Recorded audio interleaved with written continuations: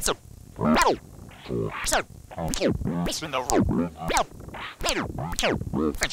Larkin Royals host the Lake Park Lancers. It's coming up next on Jones Intercable Television.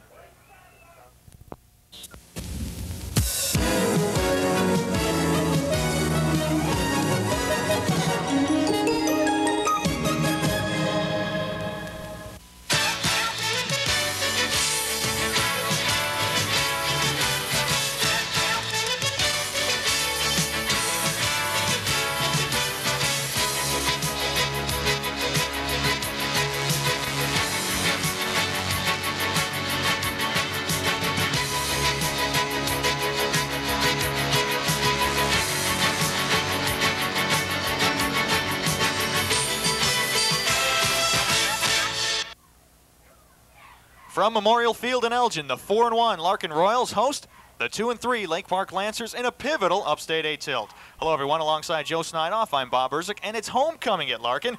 And it's just an incredible Indian summer afternoon in the western suburbs as Larkin and Lake Park get ready to square off. Temperatures expected to hit in the upper 80s today, with strong winds out of the southwest at about 25 miles per hour. And Joe Snidoff, both these teams like to run the football, but do you think the high temperatures and the gusty winds out there can play a role in this one? Oh, it's definitely going to have some kind of impact, Bob. Taking a look at Larkin, they have 7 guys going both ways, so they might be running out of a little gas come quarter number 4. And watch out, for the field goals. I mean, this game has the makings of turning into a 3-point kind of affair. These little 20, 25-yard chip shots aren't going to be so easy because that wind is going to whip the pigskin all over the place. And really, neither one of these teams is overly efficient in the passing game, but with the wind blowing the way it is today, it's going to basically force the teams to the ground, and whoever defense can stop the running game is definitely going to be a big, big advantage. Oh, you hit it right on the head right there, and Larkin's game plan, of course, is to throw to set up the run. So we'll have to see how Mike Rolando and Chris Roll adjust to the gusty 25-mile-per-hour winds.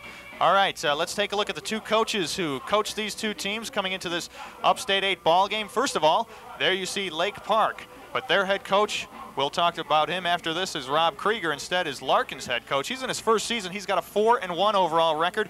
A career mark, obviously the same. He comes from Streamwood. He was the defensive coordinator there for 6 years. And then Bob Munkin, the head man at Lake Park, 26 years on the job, 136 W's compared to 95 in the loss column, 4 ties, and he's a very wise and experienced gentleman.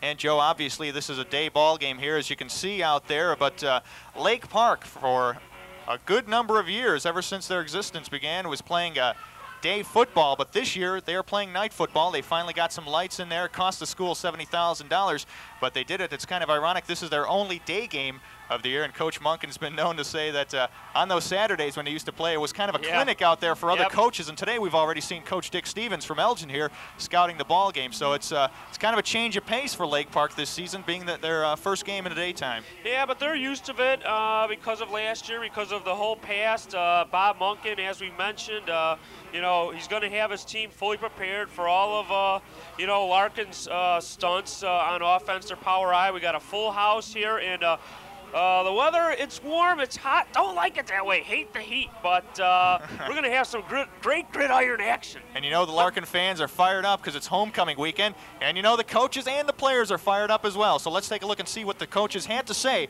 about this week's game. Super tough games, the first 2 games of the season with Glenbard North and Crystal Lake South, and they gave up a lot of yards in those 2 games, but since then they've done a nice job against St. Charles. They did a nice job against DeKalb, and they're coming around. We're worried. We're concerned. We know they're big, and we know that they'll play good defense because their coach was the defensive coordinator of Streamwood, and so I'm sure Bob will have the kids ready to go defensively. They're quick. They run a power offense at times, as well as being able to throw the ball. And balanced attack has been there. I know they'd like to be putting more points on the board the same as we would, but they're winning ball games, and that's the difference right now. And you heard about Coach Munkin talking about how big Larkin is, but in all, when you look at the numbers, actually Lake Park is the bigger team on both lines, Joe, especially on the offensive line where they average about 20 pounds heavier per man. Definitely some size, and they're going to try and run Alex Agnos and Art Shaletta through some of those big gaps. Speaking of big, this is a big ball game for each of these teams. If Larkin can win it, that will be their 5th victory of the season. They'll be about 1 win away of possibly assuring themselves of a playoff spot. Lake Park, on the other hand, they have to win this game if they have any hope of still contending in this conference or even going on to the playoffs. But let's take a look at the keys for both these teams. First of all, for the Royals, they've got to get a good game out of quarterback Mike Rolando. He has struggled a little bit this year passing. He's been improving on and on, though, Joe, from game to game. He's been reading much better. Yeah, he's done a good job, and the coaches are a little bit more comfortable with him. He's throwing the football well. Also, they have to run the football, obviously, especially with the wind being what it is today. They've got the great back in Kendrick Thomas. He can bust one. He's got 7 TDs this year. They want to give Lake Park long drives. They don't want to give them good field position. If they're going to score, let them grind it out. Yeah, that'll they help. Also want a big play from their special teams, which they've been working on every single day in practice, Joe. And last week against East Aurora, they pulled off some big plays. Oh, yeah, and the Lancers are going to have to try and stop those special teams and, of course, establish the run. Very critical. You don't want to get Larkin on the offense. You don't want to get them rolling in Mike Rolando, that passing game. Win the battle in the trenches, and they should, because they have just a tremendous amount of beef up front. Wait till we talk about that offensive line. Stop the run, because you're going to have to force then Rolando to throw, and with these wins, you don't know what's going to happen. Of course, force some turnovers. And last week they had a chance to pick up 4 fumbles, but they didn't do it. On the other hand, the Royals defense, there you see it, very strong. They only give up 193 yards per game. They are very solid over there. 125 of those come on the ground, 68 in the air. And there's the big stat, under 9 points a game per average. However, they've given up a total of 43 points this year, Joe, 21 of those coming in an overtime loss to St. Charles. So in those other games, they have been very strong, giving up only the 6 points to Wheaton North, 3 points to Rock Island. And they have been just very solid heading into the conference season. Super defense on both sides of the ball, but Bob Monken, of course, has to be a little bit upset altogether. We have a few changes there on the stats. They're giving up 256 yards a game. We're going to have to switch a few things around. 191 on the ground and only 65 in the air. Of course, averaging 19 points a game. But those aren't the kind of stats, those aren't the kind of numbers that Coach Bob Monken wants to see. Monken is mad. He definitely is, but when we look at some of the passing totals for both these teams, we talked a little bit about Mike Rolando earlier. There you see his numbers on the season.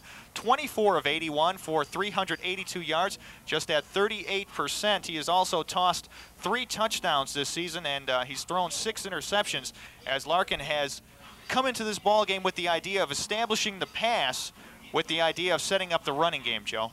Well, of course, he's going to have to roll out. 27 for 70, 402 yards. And there you see some of the rushing leaders. First of all, for Larkin, Kendrick Thomas, we talked about him. He's a big play guy. 82 carries, 558 yards. That's about a little bit under 7 a carry. Jerome Gostin, their big fullback, at 27 and 143. And there you see the strength of this Larkin team, definitely their running game. Larkin's back's a little more quicker than Alex Agnos, 46 carries for 246 yards. Jim Archuleta, he's sort of the unsung hero, gets a little heat off Alex, 38 for 136. Okay, so there you see some of the numbers for both the offenses and defenses. That brings us up to our starters. Let's first take a look at the Royals offense. We mentioned Mike Rolando. He's their quarterback, number 11. The running backs, Chris Heiser, he will be at the fullback spot. 32, the big play guy, Kendrick Thomas at running back. Chris Brown, the wide receiver, he's caught 2 touchdown passes this year. Matt Rossborough, number 42, is at the other wideout spot. Tight ends, Tim Lickner. The center, Jake Pritchett. The 2 guards are John Pescio and Casey Fellows. And the tackles, Mark Hornick, the Division I candidate, and Timmy Hughes. And taking a look at the Lake Park defense, it's a defense that's going to have to start coming through sooner or later. Louis Ramirez, he's a tough defensive end. Pete Georgettis, he's going to be the other on the other side. Chuck Pulio, tackle. Bob Nackstead, he's the nose guard. Kevin Clark and Alex Agnos, especially Kevin Clark. Watch 67, he's all over the field. Tons of DBs. John Schubert, Mike Kelsall, he's a very tough one. Jim Archuleta, Eric Olszewski, and Mike Tweed. playing the safety spot. And Tony Naw isn't even a starter listed there, Joe, but he's their leading tackler. But now moving on to the Lancers offense, we talked a little bit about Chris Roll earlier. He likes to run and throw the football. At the fullback spot is Jim Archuleta. He won a job this year. He was on the scout team last year. He was voted the scout player, the best scout player on the team. The running backs, Alex Agnos, one of the leaders, along with Mike Tweed at the wideout spot. Aaron Pankow has caught a touchdown pass this year. Tom Veers is the tight end. On the line is Tony Naw. We talked about him at the center. The two guards are Jim Salter and Pete Georgettis. At the two tackle spots, Gary Figursky and Luis Ramirez, who is a 2-year starter. Well, the Royals are going to set up with their Michigan State defense, the Spartans defense, 4-3 and a lot of stunning. Timmy Lickner, one of the defensive ends. There's Big Mark Hornick. He's a tough dude. Jake Pritchett, another tackle. Ray Pena, wrestler, little guy, but he comes on strong. These linebackers hit very hard, Short and Heiser. Javon Stennis plays one corner along with Chris Brown. Kendrick Thomas is also back there, along with Jimmy Schneider and Matt Rosborough, who also plays like a linebacker position. All right, we talked about the Upstate 8 and, of course, the parity they had. Now, coming into Week 5's action, Elgin was in first place in the conference. They had an overall record of 4-0. However, they won last night 24-7 over Streamwood in a big game, so now they're 4-0, 6-0 overall. West Aurora also won last night, beating St. Charles 19-13. East Aurora also won a shocking upset over DeKalb 19-16. So here how the conference stands up right now. Elgin's 4-0, 6-0 overall. Streamwood's 3-1, 4-2 overall. There you see Larkin and Lake Park together at 2-1. St. Charles, after losing yesterday, 1-3. DeKalb also a loser, 1-3.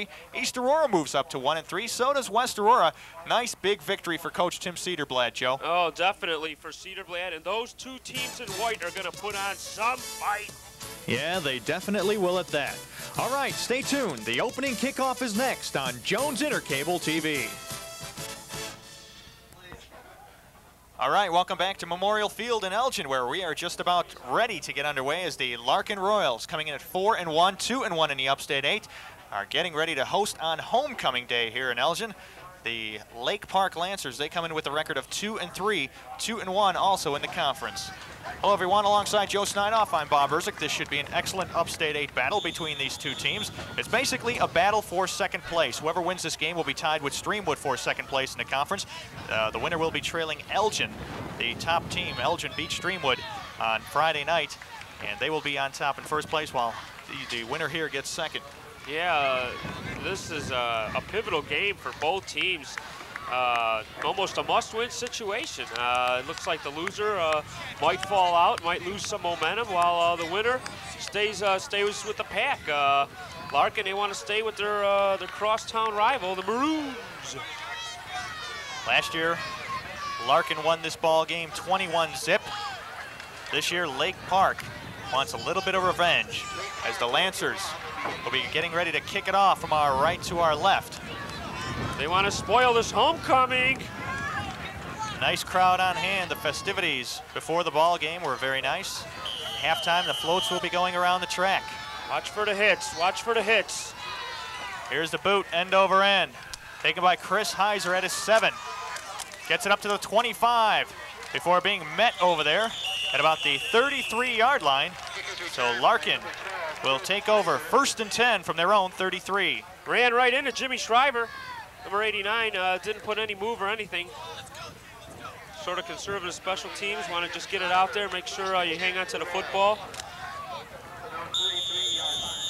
So Mike Rolando will run the offense, an offense that put up 34 points against East Aurora in Week 5, the largest output this year for the Royals. They have receivers to the far side and the near. I formation backfield. It's a power I offense. Rolando, quick pass, has a man, that's Brown. Screen to Brown. And he's knocked out of bounds at about the 37-yard line. And it was a pickup of about 4 yards. Let's call it a 2nd and 6 situation. John Schubert on the tackle. Just a safe screen, maybe just trying to get Rolando, used to the winds, used to throwing the football a little bit. As we mentioned, they have to go through the air to open up that running game. And Larkin is going into the wind on this first drive. After the spot of the football, they say the pass play was a gain of 6, so 2nd and 4. Rolando, another short drop, incomplete. Again, looking for Chris Brown. Right there on the coverage, though, was Brad King, the interception leader on this team, with 2 for Lake Park. So it's now a 3rd and 4 situation from the 39. trying to fake out the Lancers defense, going to Brownie 2 times in a row, but sort of hung him out to dry there. He's sort of hurting a little bit coming off the field. Brown has 2 touchdowns for this team. I formation backfield again. Coach Krieger told us that they were going to try to establish the pass. First 3 plays hammered, and it's incomplete. There was a collision at the 50-yard line between Chad Meyer out there, and I believe that was Agnos on the coverage. Coming in strong, Bob. Kevin Clark put a nice hit on Mike Rolando, and he just had to throw it up for grabs right there. That was just a pass that was just nowhere. So it's a 4th and 4, and Larkin will have to punt. Heiser standing at his own 25-yard line. Mike Tweed is the lone setback. Lake Park moving on the line, and it looks like it was Lake Park. And that'll be, let's see, that should be good enough for a first down. Yeah, it's offsides. Big play there. Terrible mental mistake for the Lancers. That's going to be a first down for Lake Park. I should say for Larkin. That's first down. First down. There you hear it from our referee, Gary Swagger. You heard it all right. And Gary's going to let you know all afternoon what the call is. So it's 1st and 10 at the 44-yard line for Larkin. Big break there for the Royals. Bad mistake by the Lancers. 11:23 early on in the first quarter. We're still scoreless in this Upstate 8 battle. Beautiful day out. Temperatures in the 80s. Homecoming at Larkin. Can't make those mistakes on the road. Here's Kendrick Thomas. Now check that. Not much yardage there, up to the 49-yard line, I should say. Schneider? That was Snyder, Jim Schneider. He had hurt himself earlier on in the year, but he's back healthy again, and he's running in the backfield. Pick up a 4, 2nd and 6 now from the 49. Well, they got those passes early on. Didn't exactly work too well, but yet it keeps the Lancers defense honest. Lancers defense is going to have to come up with a big game here. I formation backfield, the power I. You'll see that all afternoon from Larkin. You see Rolando reading the defense. He gives it to the setback. Snyder again. Nice running all the way up to the 42-yard line. In Lancers territory, a pickup of 8 yards and a first down for Snyder. And the chain gang moves along. The football at the 41. Royals offensive line did a real nice job there, just plowing forward, moving Lake Park back on their heels. Those linebackers, a few of them are going to have to try and shoot the gap, namely Clark and Agnos. And we still haven't seen Kendrick Thomas in the backfield this ball game. Kind of surprising. He's got 7 touchdowns. Rolando, pump fake. Now he's going to try for it. Got a man. Incomplete. They were looking for Brown at about the 20-yard line. Good coverage down there by John Schubert, and it goes incomplete. That'll bring up a 2nd and 10 situation at the 41. A few people out there, Schubert, even Kevin Clark shows what kind of speed he has for a linebacker, and Brad King. Pump fake didn't fake anybody.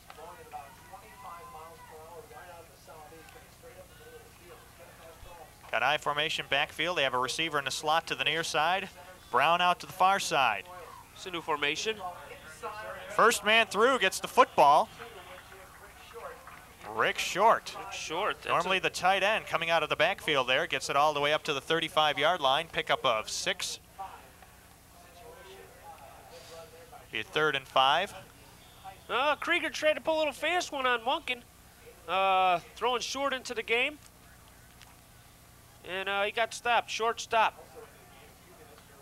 Jerome Gostin into the game now at the fullback spot. He's a horse, 5'11", 245. Rolando on the option. Gets it out. Schneider, he's got the first. No, it's going to be close. Oh, wait, he they're going to give that second effort. They're going to give it to him. I think he got the ref's first down. giving it to him, and he got it. Right in front of Coach Rob Krieger. And let's see. They're going to, I think, bring the chain gang out. 9:20 to go. First quarter was still scoreless. Yep, it is a first down. So the Royals keep it moving. Sort of a nice fake to Gostin up the box. As you mentioned, he's quite a load, and you have to have probably 2 or 3 guys, you know, in the middle there just in case he does get the ball. They strung him out pretty nice. It was just a good second effort there on the part of Schneider. I formation backfield. Rolando barking out the signals at the line. Receiver to the near side as well as the far. Schneider, right side. Gets it to the 25. Pick up a 5. It'll be his 2nd and 5. And Larkin running it down the Lancers' throats right here on the opening drive. 2nd and 5 from the 25. Just playing fundamental football, Bob, right now. Schneider knew it hole he had to go over, and he just sort of barreled right into the back of Casey Fellows. And he is very unheralded. Now coming into the ball game, Schneider had only carried 16 times for 50 yards for just a 3-yard average, but he's been the horse on this drive. Again it's Schneider. Rolando again gives the ball On the misdirection, he picked up maybe about 2. It'll bring up a 3rd and 3 now from the 23. Tackle for Lake Park. 3rd down and 3. Agnos in on that tackle. 3rd and 3. This is a big play right here. Lake Park's got a chance to shut him down. Just under 8 minutes to go, first quarter. I formation backfield. There's Thomas in. Oh, it's Gostin. Gostin breaks a tackle. He gets down to the 14-yard line. A pickup of 9 and a first down. Jerome Gostin just barreled in there for the first down. Coming into this game, he'd been averaging over 5 yards a carry. He had 145 coming into the contest. Oh, that was a nice job there by Coach Krieger. Sort of throwing some Schneider in there, throwing some short. Then you throw in Gostin, and then you have the threat of Kendrick Thomas in the backfield. They can't really key on anybody, Bob. Thomas is in there now at the tailback spot. He dots the I. Rolando being blitzed, marker down. In the corner, incomplete, looking for Brown. There is a marker down on the field. And we'll have to hear the call from referee Gary Swagger. Flag on the play.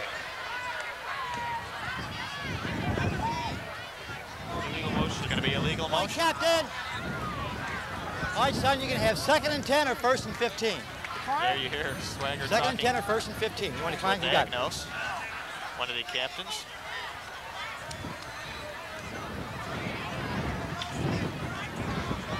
Illegal motion is declined. Second down. Against the Royals is declined. 2nd and 10. Football resting on the 14-yard line. You know, from what you can see right here is Rolando, Bob, getting plenty of time and looking for Chris Brown all the time. Closely guarded that time by Brad King. I formation backfield. Here's Thomas. He's met in the backfield right away. First one in there, number 59, Jim Salter. Salter, a 3-year veteran on this varsity. Tripped up Thomas, and no pickup there. Back to the line of scrimmage. It's going to be now 3rd and 12. Kendrick, Special K, got tripped up in the backfield. 3rd and 12. First attempt. Doesn't go anywhere, -2.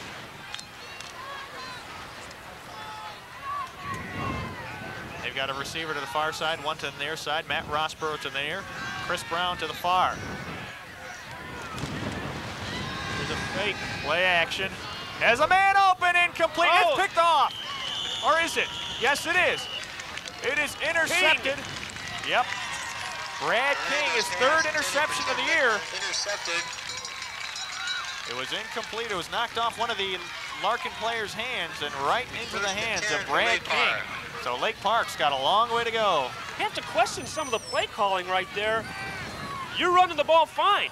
You know, I think what you did was you sort of faked out Lake Park. We're gonna throw on you. We're gonna run. And they ran effectively. Gostin, Schneider, a couple nice runs. Short, you know what I'm saying? And then all of a sudden, they go to the air. All right, it's 1st and goal from the 1-yard line. Check that, no 1st and goal, 1st and 10. Here's the replay again. Here's the replay. Rolando just overshoots one man, and then King picks it off. That was just a badly thrown ball, Joe, but back to live action. Nice pickup for a first down for Lake Park. Give us number 40, Mike Kelsall. Mike Kelsall. Nice run there, 11 yards off the right side. So it's 1st and 10. 3 men in the backfield. Gives to the last man through, that's Archuleta. Gets up to about the 15. pickup of a couple. Call it a 2nd and 8 situation as Lake Park starting out deep in their own territory. Got a long way to go. Well, that's what Coach Krieger wanted. If they're going to score a touchdown, let them go the length of the field. And they put the clamps on when they had to, and if they could go 98, stick it to them, watch out. In motion is Tweed to the near side. Oh, rolling out. Got a him. man. Incomplete. He was looking for Ben Staller. On to coverage. Javon Stennis out there, along with Rossborough. So it goes incomplete, and that's going to bring up a 3rd and 7 situation from the 15. Oh, when they called that play, they wanted the Royals to line up in their special defense like they did. And they had the man. Roll just made sure it didn't get picked off in that danger zone back there. It was a good pass and it was a good try. Nice call. One man in the backfield for Lake Park. There's movement on the left side. Pena. Yep, it was Ray Pena. He wanted to get in there on a hurry. It'll push the ball up 5 yards and make it a 3rd and 2 situation right now. Encroachment on the blue. Still 3rd down. That was Pena moving early, a little over anxious. It'll bring up a 3rd and 2 from the 20, which brings up a running situation now for Coach Munkin's team. And Joe, we haven't had a chance to talk about Troy Foster very much yet. The big offensive lineman for Lake Park, 280 pounds, a Division I caliber guy. He's the right tackle. You know they're going to run a lot that way. Be foolish not to. Here's the give, Agnos. He's got the 1st down and more. Still on his feet before being knocked down at the 32-yard line. Ray Pena in on the tackle, but not until a nice gain for a 1st down for Lake Park. Nice call. Agnos, he carries the load for the Lancers offense. He is the workhorse wearing number 35. And he carried it over Troy Foster's side on the right side. You betcha. Tweed in motion near side. Roll, blitz. Got it off. Got it hit. Tweed with the catch. Fumble, but it's after the whistle. Chris Heiser in there on the tackle along with Kendrick Thomas. But if we could maybe take a look at it again, we'll see the blitz coming from the far side. And they almost got there, but a good job by Roll to get that pass off. I'd like to take a look at that one just because there was just a barrage of hits. Some good hitting. This Roll Larkin team can really hit. Was going to get blindsided right there. You'll see the safety blitz coming up there. He gets hit. Eludes one man. You got Heiser in there. Schneider. That might have been Schneider on the blitz, Joe. And Javon Stennis also throwing in a helmet. Here's Rowe. Oh, it's tipped. Incomplete. And it was Kendrick Thomas who got a hand on the football. And that'll bring up a 4th down, forcing Lake Park to punt. With 4:26 to go 1st quarter, we're still scoreless here.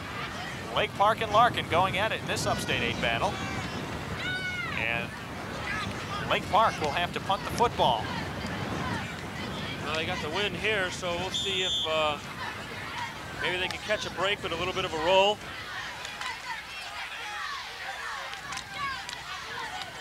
But this is 3rd. 3rd and 10. We missed that one. Here's the give. No, they missed Not that much one. there. Not much at all for Greg Upling. Picks up maybe a couple. It's going to bring up a 4th down now, trust us, and a punting situation for Lake Park. Scoreboard operator a little slow today. Didn't have any coffee this morning. Mike Kelsall ready to punt, standing at his own 15-yard line. Kendrick Thomas and Jim Snyder, the 2 people. Oh, here it is! It's blocked! There it is! It's blocked!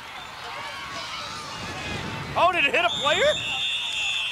Larkin picks up the football. I can't believe it. It was blocked. We're going to have to take a look at that one again. We talked about it earlier in our pregame show, how Larkin was trying to make things happen with their special teams play. And they did it there. A big block on the punt by Kelsall.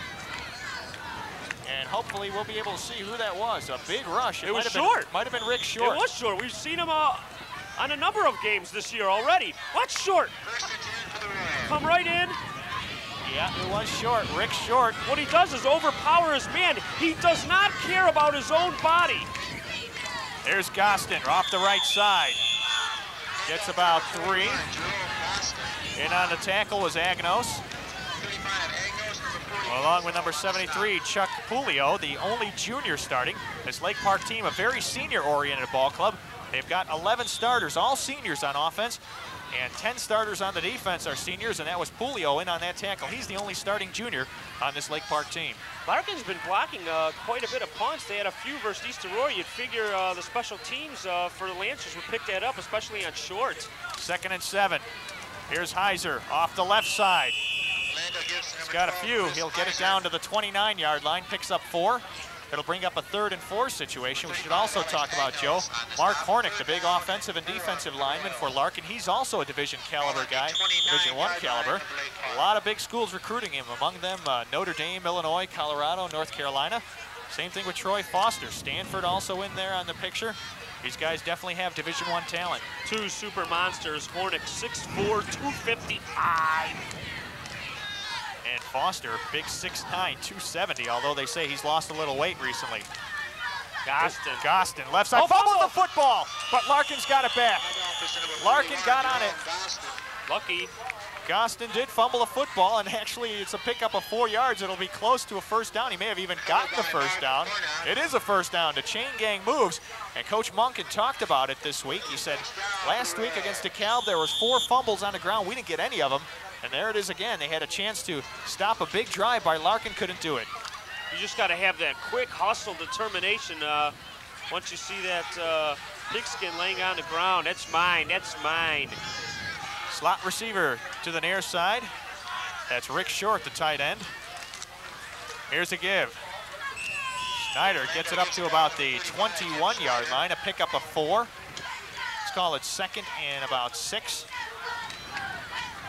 1:40 to go, first quarter, we're still scoreless. It's homecoming at Larkin. The Royals have only lost 1 game this year, that coming at the hands of St. Charles in overtime on the road, 21-20, and an emotional game for St. Charles. They were playing that game on a wave of emotion. One of their players had a neck injury. They had a pregame dinner. They got all fired up and pulled out a big win against the Royals. Very emotional. Here's Thomas. Game. Jumps over one man, but doesn't go anywhere. Just gets back to the line of scrimmage. Not much yardage there at all. In there on the tackle, number 59, Jim Salter. You'll hear his number called a lot today. Really keeping tabs on number 32 so far. He's a big play guy. As you know, Joe, he scored 7 touchdowns this year. He's scored at least once in every single game. He had a great game against St. Charles, the game we just talked about, over 200 yards rushing and 3 TDs. Watch for Rolando to air it out right here. 3rd and 7 from the 23, Rolando.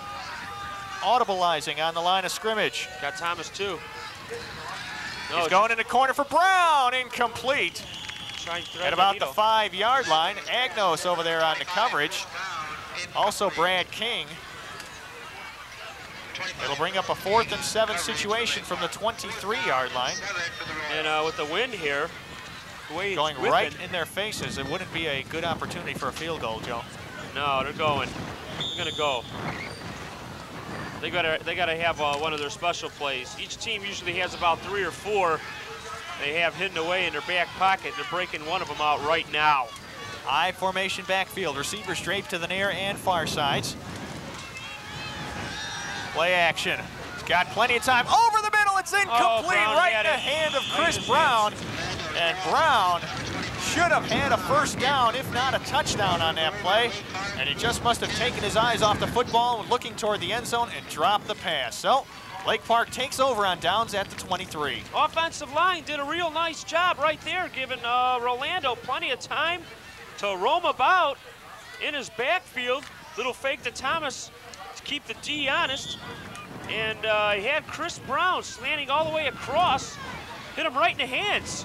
Got to come up with it, even though the ball might be a little wobbly with the wind. You have to come up with it. Jump and catch it in the gut. Chris Rowe running the offense for Lake Park. Here's a give Agnos. He slips and falls down. Oh, big loss. at the 20-yard line. Actually only a loss of 3. It'll bring up a 2nd and 13. That may be the last play of the quarter. We're down to 10 seconds and counting. We're scoreless. Larkin and Lake Park going at it. Larkin's blown a couple of opportunities to put some points on the boards. They've penetrated twice very deep into the Lake Park territory, but they have come up empty. Our score after 1 quarter of play, we're still scoreless. Lake Park and Larkin going at it. Stay tuned for 2nd quarter action. That's coming up next right here on Jones Intercable on homecoming weekend at Larkin High School.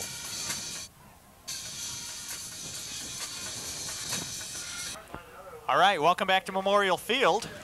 We are back to live action. The first play of the 2nd quarter, Chris Roll was rolling out, but he was met by a host of Larkin tacklers and lost a couple of yards on the play. That brings up a 3rd and 14 situation with the ball on the 19-yard line deep in Lancer territory. They haven't been able to move the football very well. They've had a couple of big runs, decent runs, I should say, on their first drive, but nothing sustained.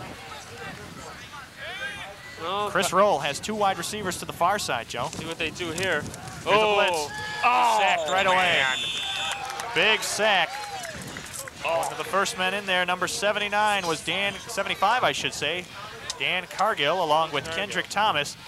And Lake Park will have to punt once again, and Larkin blocked the last one, so we got to be watching for that once again. Oh, they're going to come. Short and Brown.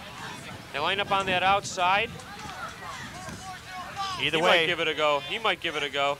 block or no block, it's going to be great field position for Larkin. Gets it off.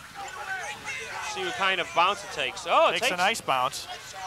Oh, it's going to go into Larkin territory. It bounced about 15 yards. It's going to be down at about the 47, 48-yard line. And that actually turns out to be a 36-yard punt, although it rolled about a good 16 of those yards, Joe. Yeah. But it's still very good position for Larkin. Lucky Lancer bounce. Oh, yeah, definitely good field position. They're going to have to capitalize sooner or later. You can hear the wind in the background blowing out of the southwest at about 25 miles per hour. Mike Rolando and the Royals will have it at their backs this time. Although Chris Brown, the wide receiver, has no one to blame but himself for dropping that one pass, which could have been a touchdown late in the first quarter for Larkin. Rolando, look again. Brown makes the catch, avoids a tackler, and gets down to about the 48-yard line. A pickup of about 4 yards. Brad King in there on the tackle for Lake Park. Brown got some nice moves. Avoided Mike Kelsall right there. Then ran into Brad King, number 25. Picked up a few there, but probably just to get the arm loose. We'll have to see if Larkin decides to throw the football deeper downfield now that they're going with the wind at their backs. Here's Give Schneider. Nothing. Not much there at all. First one in on the tackle. Dale Voney for Lake Park. A pickup of a couple. That brings up a 3rd and 5 situation from the 46-yard line. 3rd time Larkin has had the football. They've threatened the other 2 times. They've already blocked a punt. However, they have no points on the board. And Coach Rob Krieger cannot be happy about that. They're going at the heart of the Lancers defense. Georgettis, Naxtet, and Clark. See if these guys respond. Rossborough and Brown, the 2 receivers. Here's Thomas, right side's got some yardage. And he spins his way down to the 38-yard line, a pickup of 8 and a first down. In on that tackle, number 42, Johnny Schubert. But not until it was a pickup of 8 yards for Kendrick Thomas. So it's 1st and 10 at the 38 in Lancer territory. Running over Hornick. Big Mark Hornick. Right next to him, Casey Fellows. Then you got Timmy Lickner doing a nice job there at the tight end spot. Definitely the strong side. Wow, deep. Schneider in motion. It's the option. He's got the football.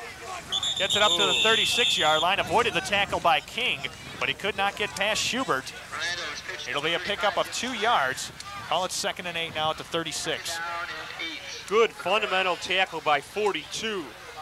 Driving the legs. You have to keep the legs driving, not only when you're running, but when you're tackling the Lancers. Johnny Schubert showed it right there. Schubert coming into this game with 20 tackles. The leading tackler on that team is Tony Now, and he's not even one of the starters. He rotates at linebacker. Back to pass, Rolando. Got him in, incomplete. He had Rossborough at the 30, but he threw out of his reach. So Rolando has had a couple of guys open that he's overthrown or underthrown, and he has nobody to blame on that one but himself. 3rd and 8 from the 36. They were giving him a big cushion right there, Bob. He just threw the ball behind him. Larkin trying to establish the pass to open up the running lanes. It's a big Lancers defense. Lake Park is bigger on both sides of the football when we talk the line. High formation backfield. Receivers out to the near and far side. Chad Meyer and Matt Rossborough. Pitch instead to Snyder's got a big hole. Still on his feet before being taken down at the 26-yard line. The man who saved the touchdown possibly was Eric Olaszewski, the cornerback. And if it wasn't for Olaszewski, he may have been gone. Let's take a look at this one again. Watch the blocking by the Royals offensive line. Hornick side again. Yep, they just explode, and there's tons of room. You got Pritchett, Hornick, and Fellows doing a nice job right there. And, of course, the tight end. You have to mention him because he's doing a great job. That's a great tackle by Olaszewski, too. High formation backfield. Rolando on the option. He's going to keep it. He's got nowhere to go. Nowhere to go out there. Nice tackle, the first man, the only man, 67, Kevin Clark, the linebacker, one of the leading tacklers on this team. Let's take a look at that one again. Clark, as mentioned earlier, goes all over the field. You can hear them yelling, option, option, and then I'll spike you to the ground. How's that feel? 37 tackles on the year. No gain on that play for Larkin. 2nd and 10 from the 27-yard line. The Royals threatening again. They've had the football 3 times, and they've gotten it 3 times deep into Lake Park territory. However, they've come up with goose eggs so far. Rolando. Double fake. He's rolling. Avoids Kelsall. Looking toward the end zone. Has a man. He had Rossborough at the goal line, but he threw it out of his reach. Tweed and Brad King on the coverage over there. Again, an open man overthrown by the quarterback, Mike Rolando. And it'll bring up a 3rd and 10 situation now with 6:37 to go in the first half. Still scoreless. Again, plenty of time. Kelsall, yeah, he was blitzing there, Joe, and he went right around him. He went right around him. But he just seems like he's a little tentative, like, I'm going to make sure I don't throw it behind my guy. I'm going to make sure I get it way out there, but maybe it's a little too far. 2 receivers to the near, 1 to the far side. That's Brown and Thomas to the near. Lone setback. Over the middle, he's got Brown! Thomas. Touchdown, Thomas instead. Kendrick Thomas at the little slant over the middle. A 27-yard touchdown pass, and Larkin's on the board. 6-0 with 6:31 to go, first half. Bob, they both lined up on the same side. Thomas and Brown. Chris broke off the pattern, and Kendrick just did a little post pattern. Gentlemen, we have an untimed down. If you intercept or recover, you may not advance the ball, okay? Here, we'll watch it again. They break off. He post fakes to the other sideline. He's got Thomas, and he beats Brad King. Brad King burned on that play, and Tweed could only look at it. Here's the extra point. The kick is up, and it's good. So the point is converted. Todd Sinko, and it's 7-0. Larkin on top with 6:31 to go in the first half. Well, Larkin fans have to be happy about that. They finally cashed in on some good field position.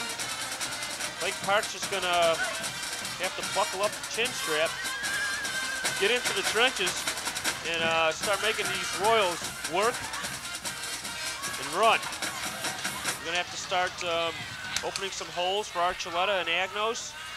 Maybe hit the tight end once in a blue moon. Hopefully more than once in a blue moon for their sake.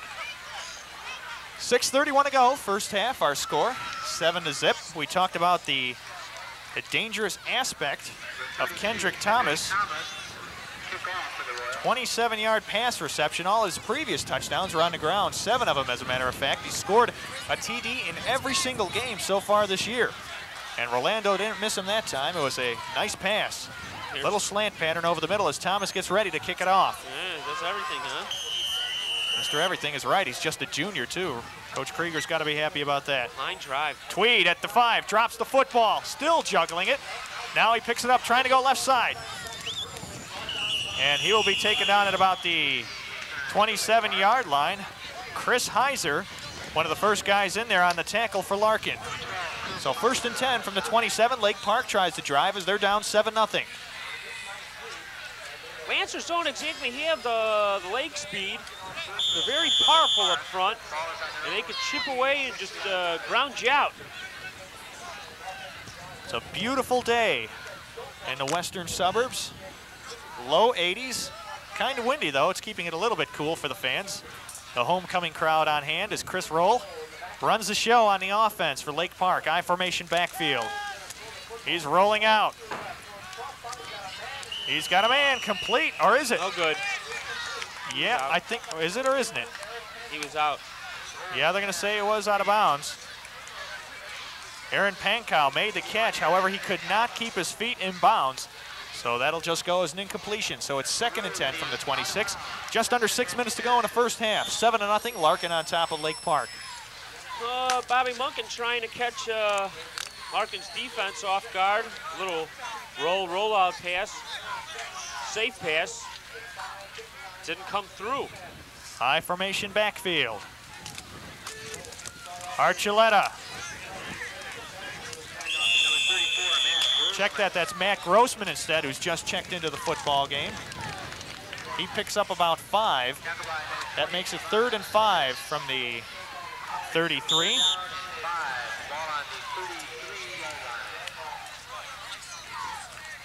Grossman, just a 5'7", 158-pound junior. Coming into this game, Joe, he had only rushed the football 24 times for 88 yards. Watch out for those Royals linebackers, Short and Heiser. Krieger says they hit with the best of them. Along with the secondary as well. Roll. Oh, he's got him. Got Tweed. Ooh. No, he had him, but just a little bit too far at about the 50-yard line. Javon Stennis out there on the coverage along with Matt Rossborough. That was a great play by Rossborough. He was beaten, and then he just picked it up. Knew he had to gain some ground, and he did.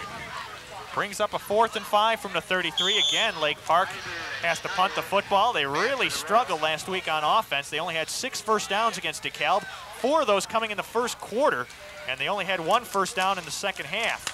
Almost blocked again by Rick Short. It'll be taken by Snyder. Gets it up to about the 45-yard line. He returns it maybe a couple of yards. Jim Schneider. 1st and 10. In there on the coverage, Pete Georgettis for Lake Park. Well, Bob Munkin is a master, so he will try and figure out how to move the football against the Royals. Coach Krieger loves his air game. A change from the past under Ray Haley. Ray Haley was the football coach here for almost 30 years, and he was known for the power wishbone. And Larkin fans are seeing something definitely different this year, the power eye. Here's the give. Ooh. Looks like it was Rossborough, yeah. He got it to the 49-yard line. He picks up 4 yards. It'll bring up a 2nd and 6 from the wingback spot, I should say. Rossborough picks up 4.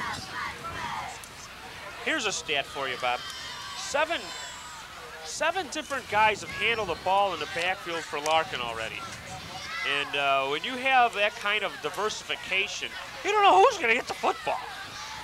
They're all good, strong runners.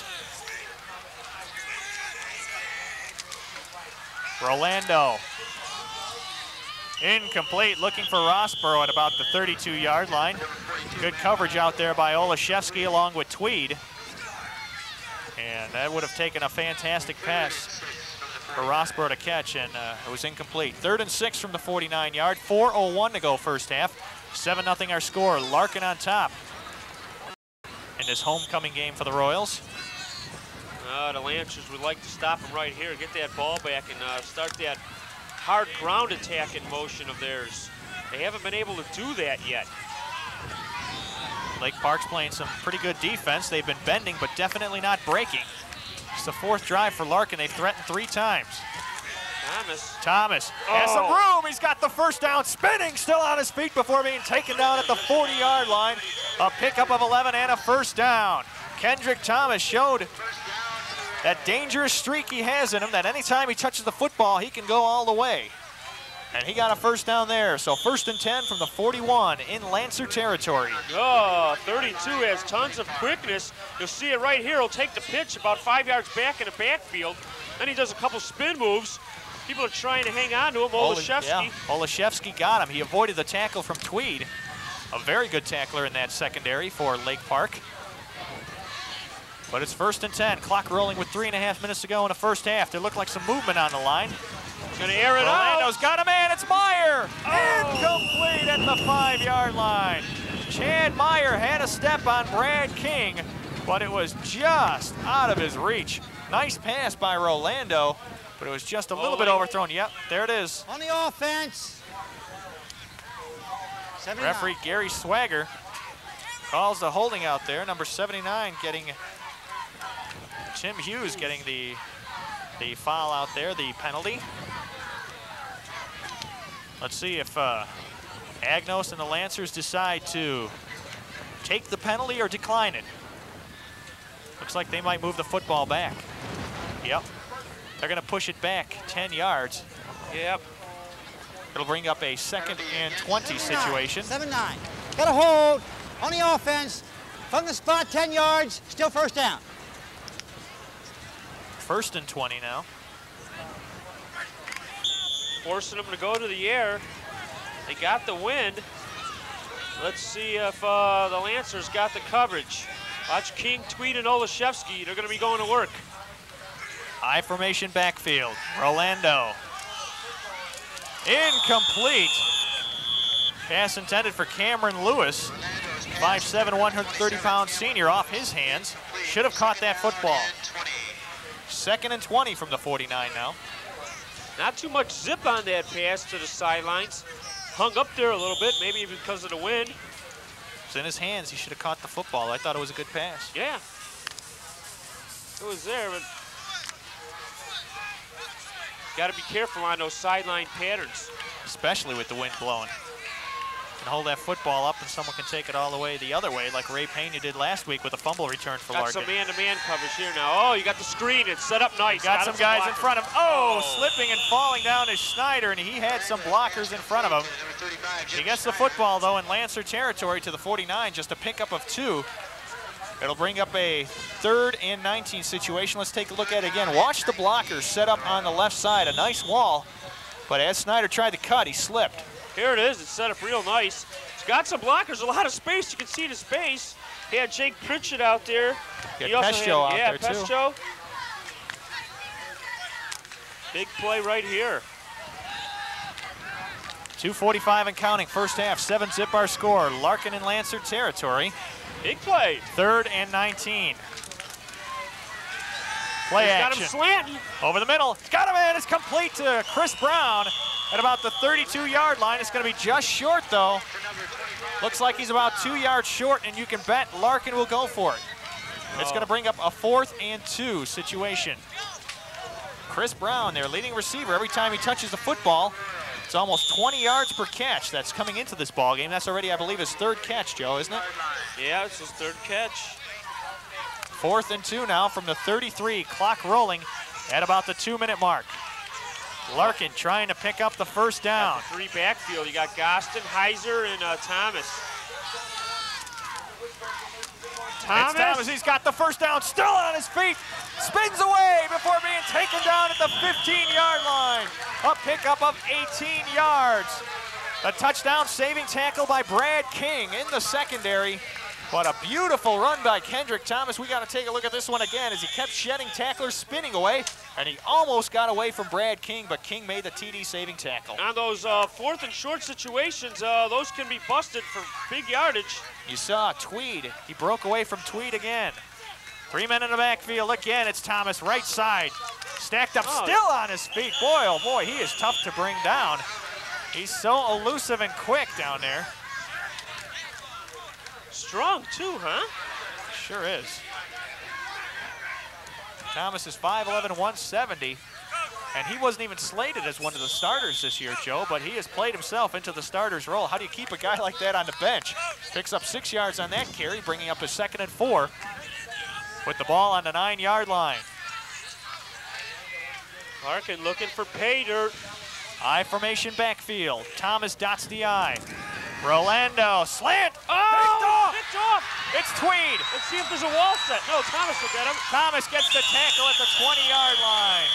Big interception for Mike Tweed as it went off the hands of someone at the goal line. I believe he was looking for Chris Brown, I think, Joe. Lake Tweed picked it off. We got to take a look at this one again. Tweed, Johnny on the spot down there. And Lake Park dodges another bullet. The Lancers get new life. Lake Park lives as Mike Tweed gets the tip from King. Thomas with the tackle, the takeout. Lone setback is Agnos. Two receivers to the far side, one to the near. Roll, back to pass. He's going deep. Looking to the sideline, and it's incomplete. In and out of the hands of Ben Staller.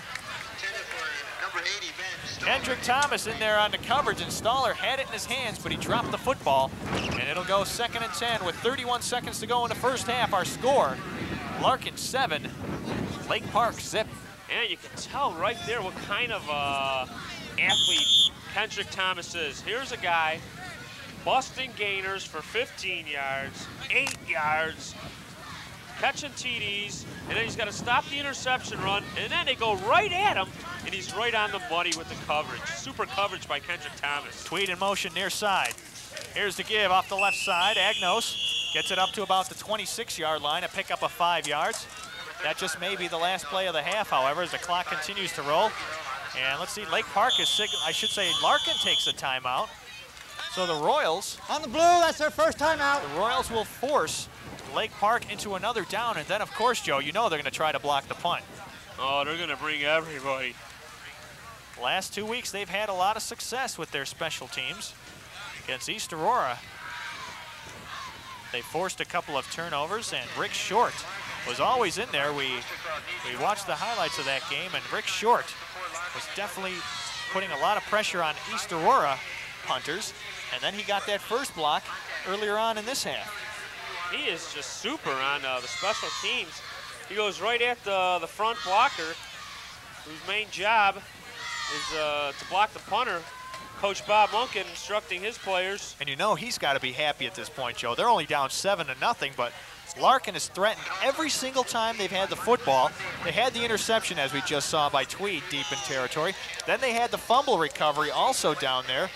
And the other time, I believe they took over on downs, but Lake Park has gotten lucky so far. They're only down 7-0, and they've got to be happy with that. Yeah, they have to be happy. They're gonna have a chance to come back in this second half and really turn it into a nail biter.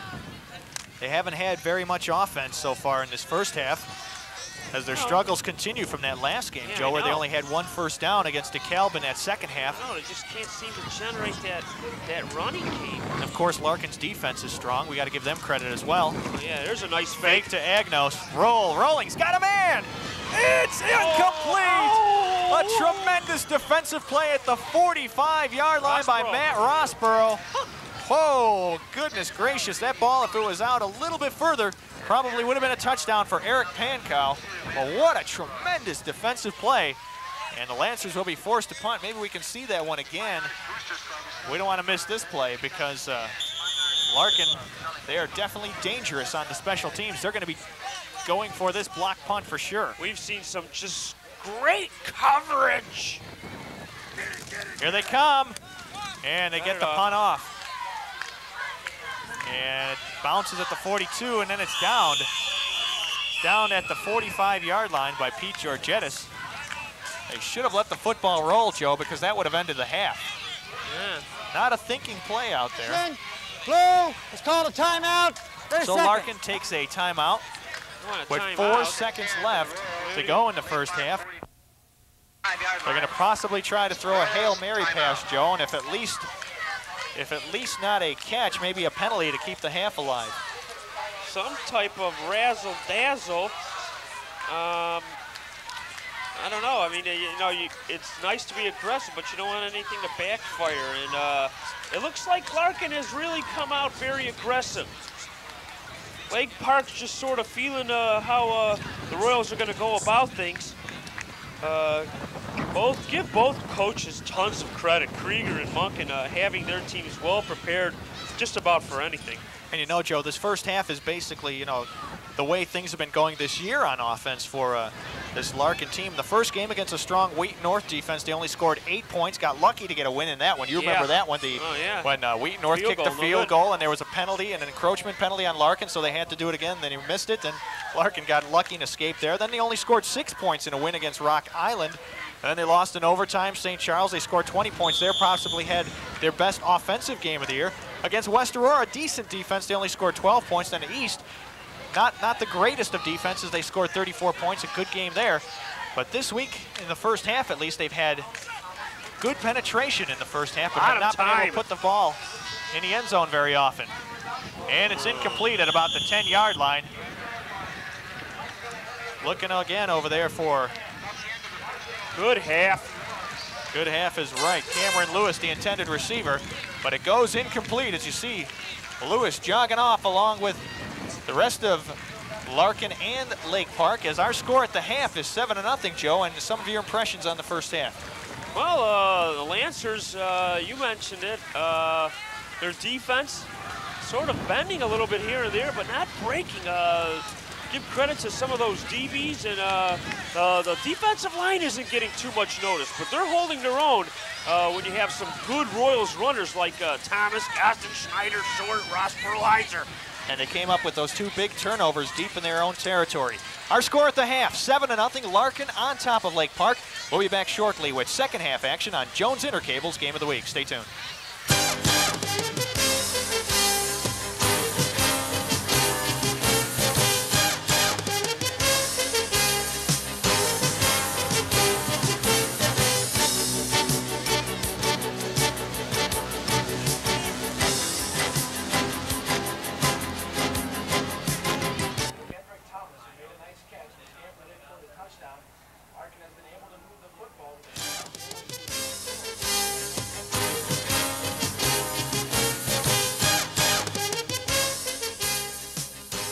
All right, welcome back to Memorial Field in Elgin, where our score at the halftime is Larkin 7 and Lake Park zip. Bob Erzik alongside Joe Snydoff here. What a tremendous day we've had. It's going to be a great day, second half for football action.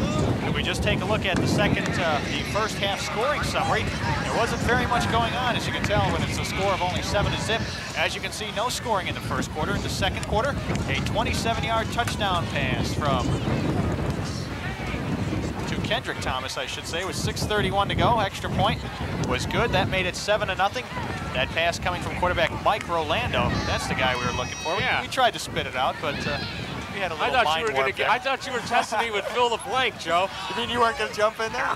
Well, it was a 27-yard pass from Mike Rolando to Kendrick Thomas. That made it 7-0. That's where we stand. I guess the key plays in that first half, Joe, had to be 2 turnovers, and those turnovers coming from Larkin. One was an interception, one was a fumble recovery for Lake Park, and that ended up costing Larkin some more chances of scoring. Joe, you've got some numbers in the first half. Some quick stats. Chris Roll, Lancers quarterback, 1 for 6 for 2 yards. That's all. The Lancers rushing game, 7 carries for 48 yards. Mike Rolando, 5 of 11 for 52 yards. The rushing attack, the Royals, 17 carries for 93 yards. The 2 workhorses, Thomas and Schneider. Thomas 39, Schneider 27. And Thomas is getting ready to kick off here in the second half for Larkin, as Lake Park will take its offense into the wind, a wind that's blowing about 20 to 25 miles per hour out of the southwest. Here's the boot. Low end over end kick. And it's going to roll out of the end zone, so it'll be a touchback. It'll be 1st and 10 from the 20 for Lake Park. And Joe, one of the keys of this game for Larkin was that they wanted to make Lake Park have to go all the way down the field for a touchdown. They didn't want to give them good field position, and they have met that goal. They've had to go a long way this afternoon, and they just haven't been able to do it. Definitely. It seems like that this Lancers offense isn't explosive. They try and work that ground game. Look for Lake Park to try and open up some holes with a big offensive line. We haven't seen them break any big gaps lately. See what happens. They shift to the I formation. Now in motion's Tweed. It gives Grossman still on his feet, avoids a tackle. Now he's taken down at the 31. Fumble, but the whistle blew. Whistle blew. There was a fumble, but the whistle didn't blow. So a pickup of 11 yards and a first down. Nice run by Grossman. Nice run, and just like a nice formation by Lake Park. It seems like they came out right off the bat. They knew what they wanted to do. Everything was crisp and clean, setting up the play. Grossman getting on the outside, no problem.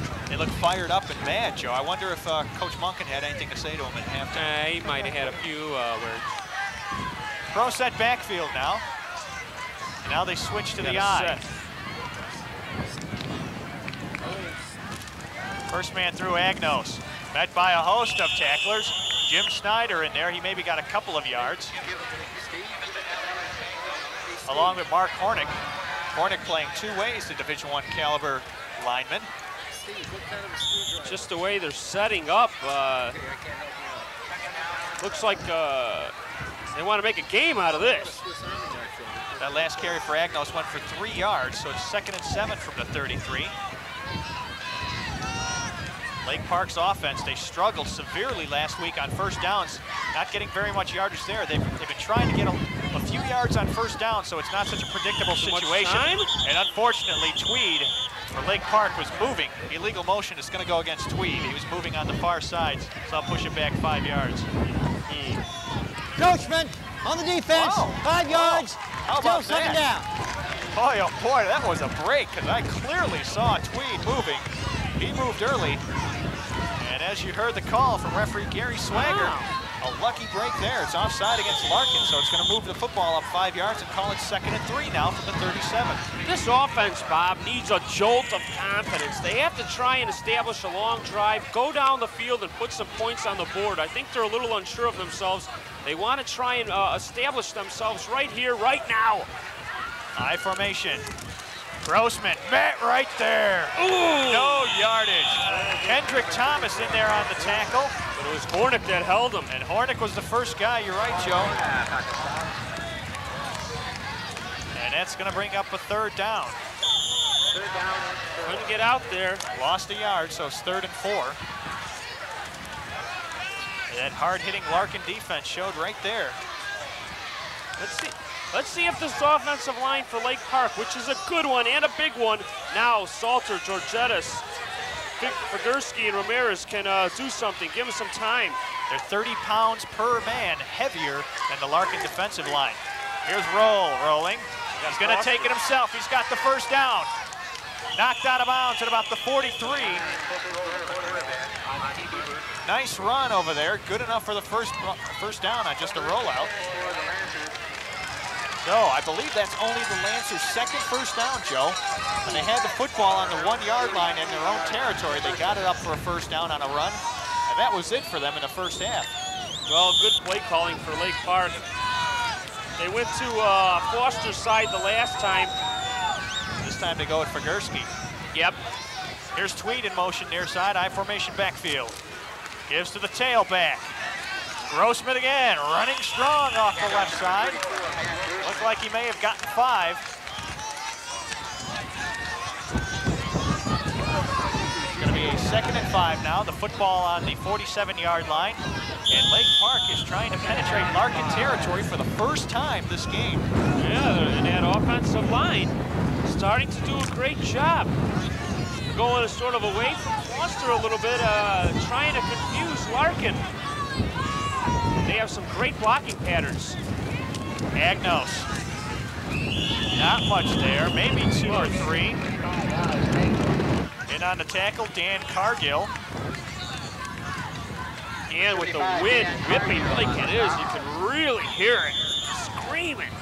Ray Pena also in there on the tackles. He calls out the plays. Pena's a tough little guy. He's only about 150 pounds.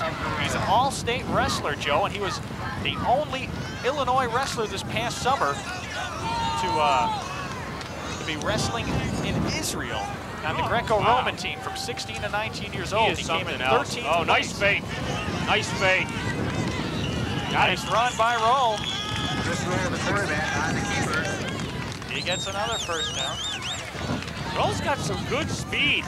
6'1", 190-pound senior. Very athletic. And I think what Monken said was, hey, we're going against the wind. Let's try and establish a great ground game so that we can keep Rolando off the field and the wind. Right up the gut there. Agnos again. And off to number 35, Alex. Maybe 4 or 5. Let's call it 2nd and 5. Number 75, Dan Cargill on the tackle. Cargill in on the tackle for Larkin. Super blocking by Tony now. We haven't called his name too much.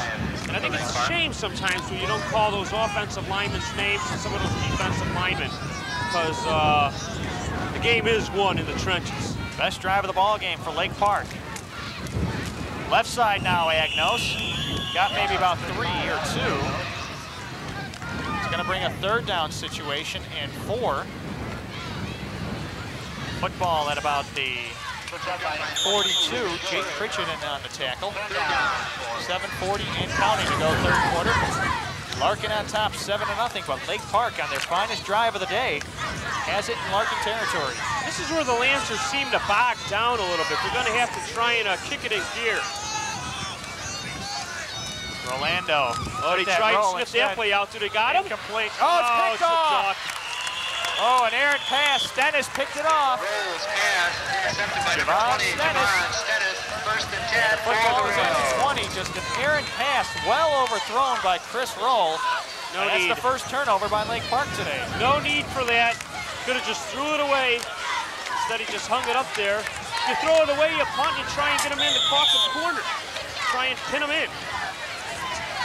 Here's the replay again. Watch a lot of heat coming out and he gets hit. He just hangs it out. Well overthrown. Going for Staller. Gostin. Still bullying his way to about the 25 or 26. Pick up a 5 yards. Let's call it now 2nd and, they're going to say it was a 6-yard gain. 2nd and 4 after the spot of the football. Big yardage off that right side for the fullback, Gostin. Good play, like that. And with Lake Park in their offense, they established their running game right there. They established it. They just have to go to their fullback more often and try and hit that airstrike. There they go again, Gostin. Gets maybe a couple more. Chuck Julio, the junior, in on the tackle for Lake Park. I'm going to say he got a couple more. Let's pull it down to a 3rd and 3 situation at the 27. Joe, Coach Krieger was saying that this Lake Park team, he figured it was going to be kind of a war of attrition, meaning that the Lancers were going to try to wear down Lake Park with their size. And eventually in the 2nd half, that's where it would pay off. And on that first drive for Lake Park, that's what it looked like happened. Well, we'll see right here. Just a mound of bodies so far in a couple piles. Thomas hit hard. Didn't get it. Gets up to the 30. Short about 2. You're right, he is short. One big one. And on the tackle, Kevin Clark, the linebacker. And he's short, so Larkin forced to punt for the first time this game, Joe, isn't it? I believe so. Royals defense, especially that line of Lickner, Hornet, Jake Pritchett at the right page. Kendrick Thomas back to punt for the Royals. All right, so Kendrick Thomas standing at his own 15.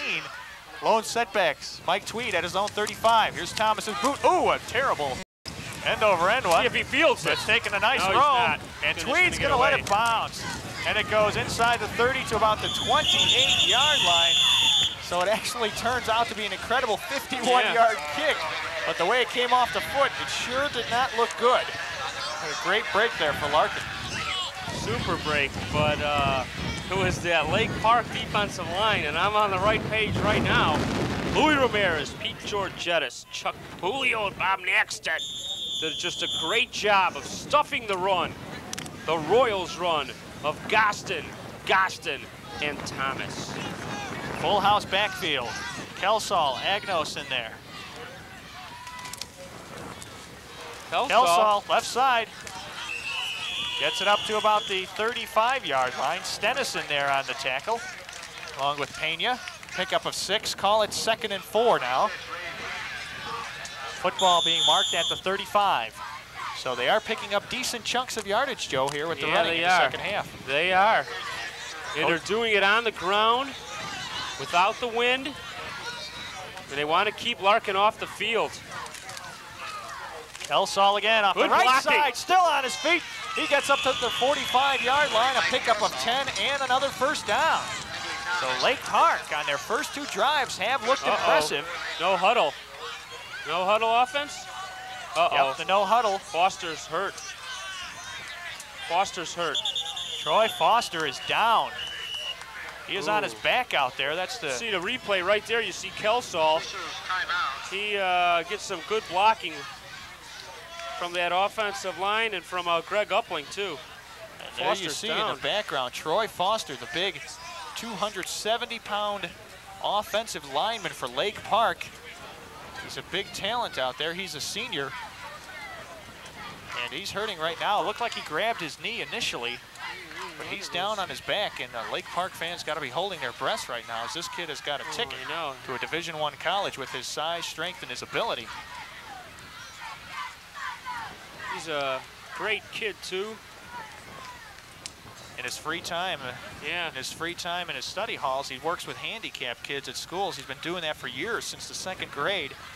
And he works with them, helping them with computers. Him and his family, his entire family, involved with that as well, as they bought gifts for the handicapped kids. And Troy Foster was possibly the largest Santa Claus in the world this past Christmas, as he gave out gifts to the kids, as you see the fans cheering them on. And you can see us off in the distance there in the press box.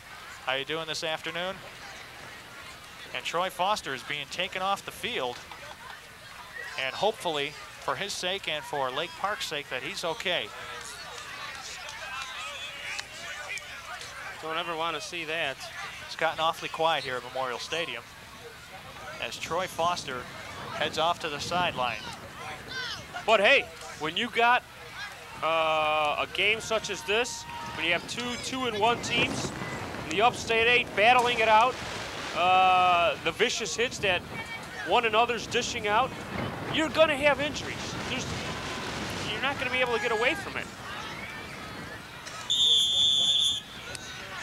All right, 1st and 10 from the 45. The clock moving, under 4.5 minutes to go in the 3rd quarter. There we go. They caught him a little bit. Kelsall again. And he gets it up to about the 49-yard line before Chris Brown makes the tackle. And no huddle. A pickup of 4 yards. No huddle. Lake Park went to this style of offense against St. Charles as well. Let's go, baby. And Roll did a nice job in it. He's reading defenses right now.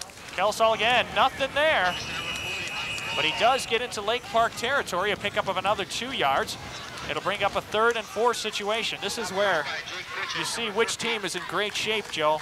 And now it looks like they're going to be going back to the huddle. So in a no-huddle offense, go to the air. In a no-huddle offense, you don't have a time to take a blowout there, Joe. And no way. Now they're going back to the huddle. We'll see right here, Kelsall trying to dish out some extra yardage, but he can't. 3rd and 4, back to live action. Rolling. He's got a man. Got him. It's complete to Tweed at the 41-yard line. A pickup of 8 yards and another first down for Lake Park. And they have been moving the football just fantastic this 2nd half, as Coach Monk had lit a fire under him in the locker room, and they have come out blazing. Oh, nice time by Roll, and whenever they get into the run situation, they can just call a quick little play and try and pound it out. No huddle again. Kelsall up the middle, nothing there. Just got back to the line of scrimmage. And on the tackle, Matt Creedon for Larkin. Nackstead on the offensive line, dishing out some blocks. And also give credit to big number 88, Tommy Veers, tight end, who also shuts off some of those defensive ends and linebackers. Under 3 minutes to go, 3rd quarter. Lake Park trying to get on the board. Kelsall again. He's been the workhorse. This time off the right side, nothing there. And Jim Schneider in there on the tackle. May have gotten a yard. Let's call it 3rd and 9 at the 40-yard line. As last week, this was a situation that Lake Park did not do well in. Just 2 for 12 in 3rd down sits against the DeKalb. And right now, they face a 3rd and 9 situation looking like a passing down, or maybe look for Roll to roll out again on the naked bootleg. Yeah, you have to be aware of that. we'll see how everything develops. He's got Tweed, he's got the power eye right now.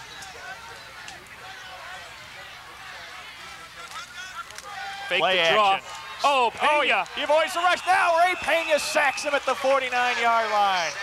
Ray Pena, the main cog on that defensive line. He's a small kid, but he's super quick. And he showed it there, picking up a sack. He had 3 sacks in the opening game against Wheaton North, and he's definitely a strong defender who makes things happen. There Pena just fights off Agnos. He just fought him off. 5'8", 155. Took on Alex Agnos at 6', 195. There's the boot. Snyder at the 20, reverses his field. Now he gets back to the 20, nothing there. But Joe, we talked a little bit about Pena earlier. We talked what a great wrestler he is and how he was the only one in the state of Illinois to represent the United States in the Greco-Roman Wrestling Championships in Israel this past summer. He placed 13th in the world, and that's his ticket to college, to a Division I college. He's just a tremendous wrestler, super strong kid. Yeah. He talks about himself, he says his balance is the main thing. He's as quick as a cat out there. When they hit him, he stays on his feet. I just because, seen him. Yeah, all the running and weightlifting he does. Coming off the field, and some of his defensive coaches tower over him. Nice move by Brown. He gets about 3 or 4. Brad King in there on the tackle for Lake Park. Just a short, very safe little pass. You'll see it again. You see a little bit of a buffer zone there given by King, and it's good enough for a 3-4 yard pickup. Yeah, they're respecting him. Rolando's got a nice little gun to the side. Couple little moves. Dale Voney tried to clean up on that tackle. Under a minute to go in the third quarter, 7-0. Larkin with the football and the lead. Rolando is being blitzed. He avoids the sack. Oh! Now he's going to be taken down right back at the line of scrimmage. Number 86 in there on the tackle, Dale Voney, but he avoided the big rush coming from John Schubert. Watch him just duck underneath the big rush from the right side. Oh, it came. Bam. Jim Salter also tried to get in there. Got back to the line of scrimmage. 3rd and 7 from the 24. Those linebackers and defensive ends, their eyes light up when they see 2 ones coming at them. Did they get the play off? The horn sounds. And Snyder takes it up to the 30. They're going to say it was a good play, I believe. Should be a first down. Looks like it's a first down. Going to be awfully close. He looks like he got about 7. Yep, he got it. First down. All right, when we return, Larkin will have the football at their own 31-yard line, 1st and 10, and a 7-0 lead over Lake Park. Stay tuned for fourth quarter action coming up shortly on Jones Intercable's Game of the Week.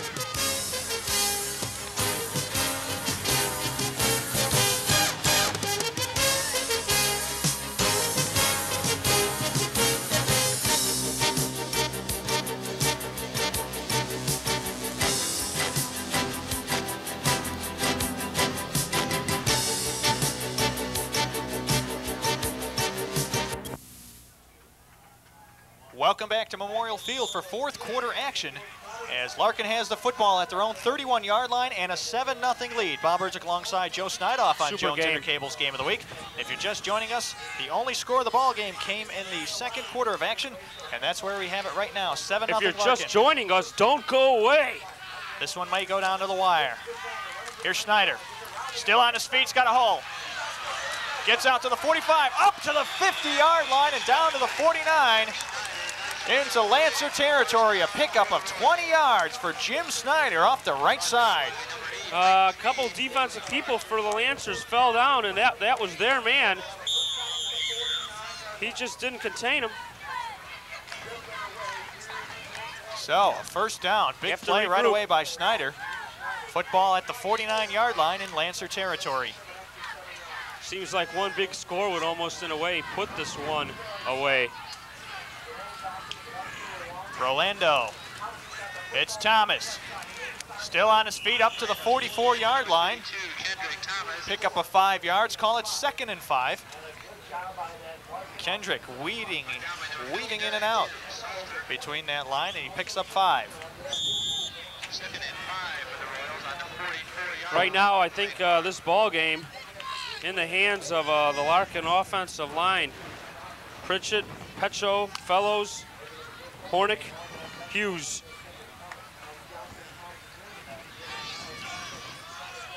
I formation backfield. Got a slot back on the right side. Gives There's to a little Snyder fake. off the wing, and he picks up about 2. It'll bring up a 3rd and 3 situation now at about the 42-yard line. Just starting 4th quarter action. Larkin on top of Lake Park, 7-0. You can catch highlights of this game on Jones Intercable's local report at 6:30 and 10:30 on Monday and Tuesday night, and of course on Sports Week. Thursday nights at 7 o'clock, then again at 9:30, and then the following Friday morning at 11:30, as well as 7 o'clock that evening.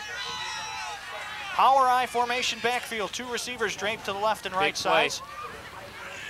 3rd and 4. You want to go straight ahead. Heiser gets to the 40. I don't think he got it. No, he's short by a half a yard maybe. Chris Heiser will be short. Oh, wait a minute. This one ref's giving him a super spot. Chuck Polio along with Kevin Clark. Wait, the ref's giving him a great spot. That was a nice spot. Maybe we could take a look at this one again and see actually where it was. I don't know if he might, maybe just that second effort, he lunged across the 40. Couldn't tell from that replay, but it's awfully close. It's going to be 4th and inches, and Larkin's going for it. Full house backfield. Thomas got the first down off the right side. They went right behind the right tackle, Mark Hornick, and Thomas got the yard for the first down, so the chains move along, and it's now 1st and 10 at the 37-yard line. And the Lancers are going to have to put a stopper on this drive right here. Take a look, there it is. There's the heavy-duty blocking. Sure, there's a ton of jerseys around them. Luis Ramirez. But they were pushed back. They were pushed back a yard or 2, and they have to stop that. They have to stop it. Heiser. Ramirez in on the tackle. He got about 5 though. Let's call it 2nd and 5. Ramirez in there on the tackle again, 2nd straight time. This Heiser's a tough kid. Hangs in there well. 5'9", 175. He'd rushed for football 19 times for 76 yards, Joe, for an average of about 4 yards a clip coming into the game. They got a lot of runners, you know. I mean, they could do a number of things. Good athletes, good offensive linemen. Looks like Larkin has made the commitment to stay with the run, and as we say that, now they air it out and they got a man. Incomplete. Pass intended out there for Rick Short out of the tight end spot. He had him wide open, just overthrew him again. He had him. Boy, oh boy. Oh, man. He was wide open. He was wide. Here it is. Again. Nice fake. They freeze that line. Oh.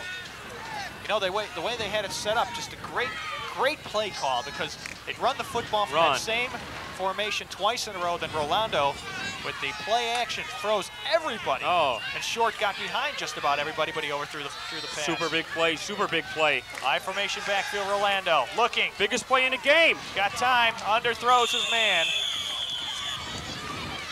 Looking for Chad Meyer out there. Check that Tim Lickner, the tight end, instead. And he underthrew him, but he was throwing off his back foot. And that was a tough pass to make. 4th and 6. Larkin's going to have to punt the football again. Nice jumping by the Lake Park defensive line. Getting a few hands up there. I'd watch for a fake here, Joe. They gave it to Gaston, I believe, one other time, and he went, but I don't see him back there. Nope. Thomas is going to boot it. High kick. Nice hang let's time. see if it gets in that corner. Nice hang time. They're going to down it.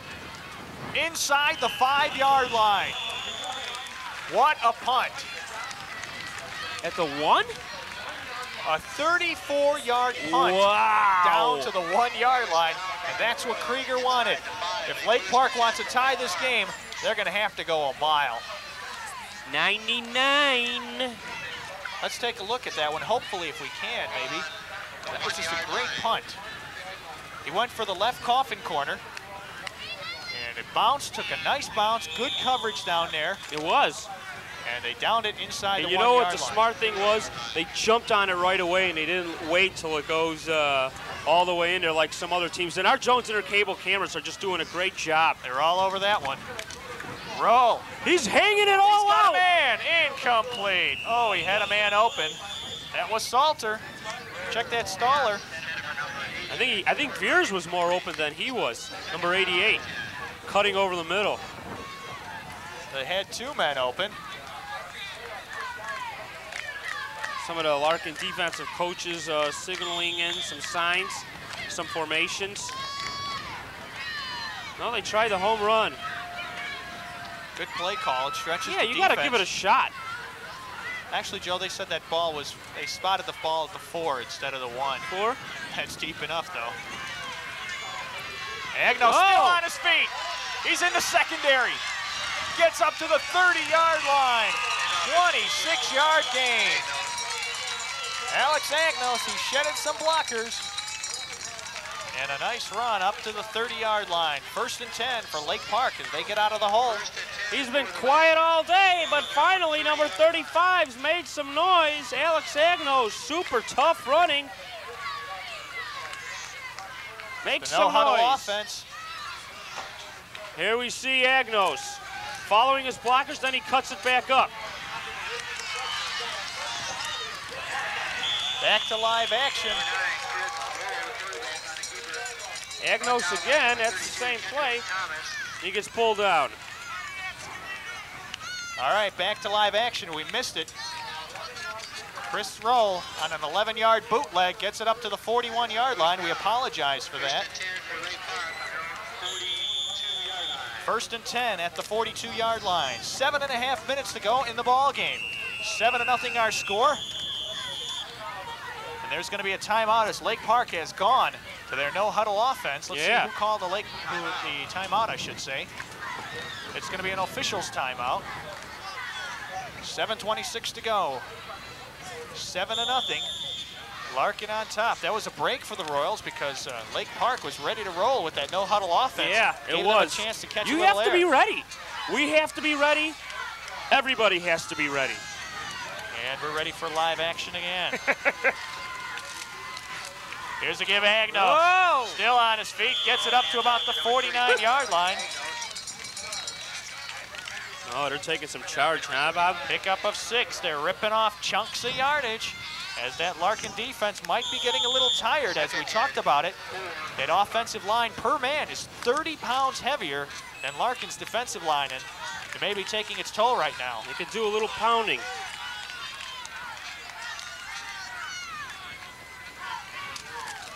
Agnos. Oh, he's still fighting, on and he's his got feet. it. Gets the first down. He broke Jim Schneider's tackle at the 50. And he picked up about 3 or 4. Good enough for a first down. Boy, it seems like this Lancer team gets this, I don't know what it is, this surge of energy. Is our cameraman? 6.5 minutes and counting. 7-0 our score. Lake Park with the football and driving. Roll. Oh, sacked. Pena! Pena again. Ray Pena showing some great quickness. Bust up the middle and came What a through with loss. just a humongous sack for Larkin. Loss of 8 yards. Whew. Ray Pena, you mentioned, Bob, the speed on this guy. This guy just like jets or sneaks in under a few tackles, and they're big enough, Lake Park, and then he puts the vicious hit on Roll. Wow. Well, they took a shot by going to the air when they were running well. They still got the air. 2nd and 18 from the 46 now, back in Lancer territory. Oh, here we go. It's a reverse. Razzle dazzle. Tweed, he's got it thrown for a loss. Jim Snyder in there on the tackle, along with Jake Pena. Pritchett. And Pena. Another big loss. At the 40-yard line, another loss of 6. It's going to be 3rd and 24, and Lake Park's offense self-destructing here. No, I don't know. They went to that fake, and it just didn't amount to anything. Tweed just gets caught in no man's land. Wow. Big passing down here. Let's see if Larkin brings the kitchen sink. At 4-3 Michigan State style of defense. Gets rid of it. He's got him. He's got a man. Oh. Incomplete. He had Ben Staller open at the 20, but he threw it out of his reach. Oh, Kendrick Thomas down there on the coverage, along with Stennis. But it was overthrown. Larkin as the Larkin cheerleaders. fans definitely happy here. They're Their happy. team on top, 7-zip with 4:49 to go in the ball game. But I'm sure that defensive coach is going to be too pleased taking a look at that game film. Probably saying, what are you doing? Letting a guy get behind you. That's Coach Dale Shabert you're talking about, Joe. Here's Kelsall's punt. See if this takes some, if they can pin him. Oh, let's see. It goes over the head of Heiser. No, It's it's going to go gonna out go in the end zone. Lucky break for Larkin. As Heiser misplayed that punt from Kelsall. And it went over his head and out of the end zone. So it'll be 1st and 10 from the 20 for Larkin with 4:38 to go in the ball game as the Royals hold a 7-0 lead. Well, it's do or die time for the Lancers defense. You guys want to shut them down, 3 and out, get the ball back to RO, and we should probably get some good field position. We'll have the win and see if we can connect on one of our bombs. 4:38 left to go. One man in the backfield. Check that I formation now. Rolando running the O. Pitch to Schneider. Oh, we got a hold. Marker down as he gets it up to the 22, a pickup of 2, but it may boy. come back. It's thrown in the vicinity where normally holding is called.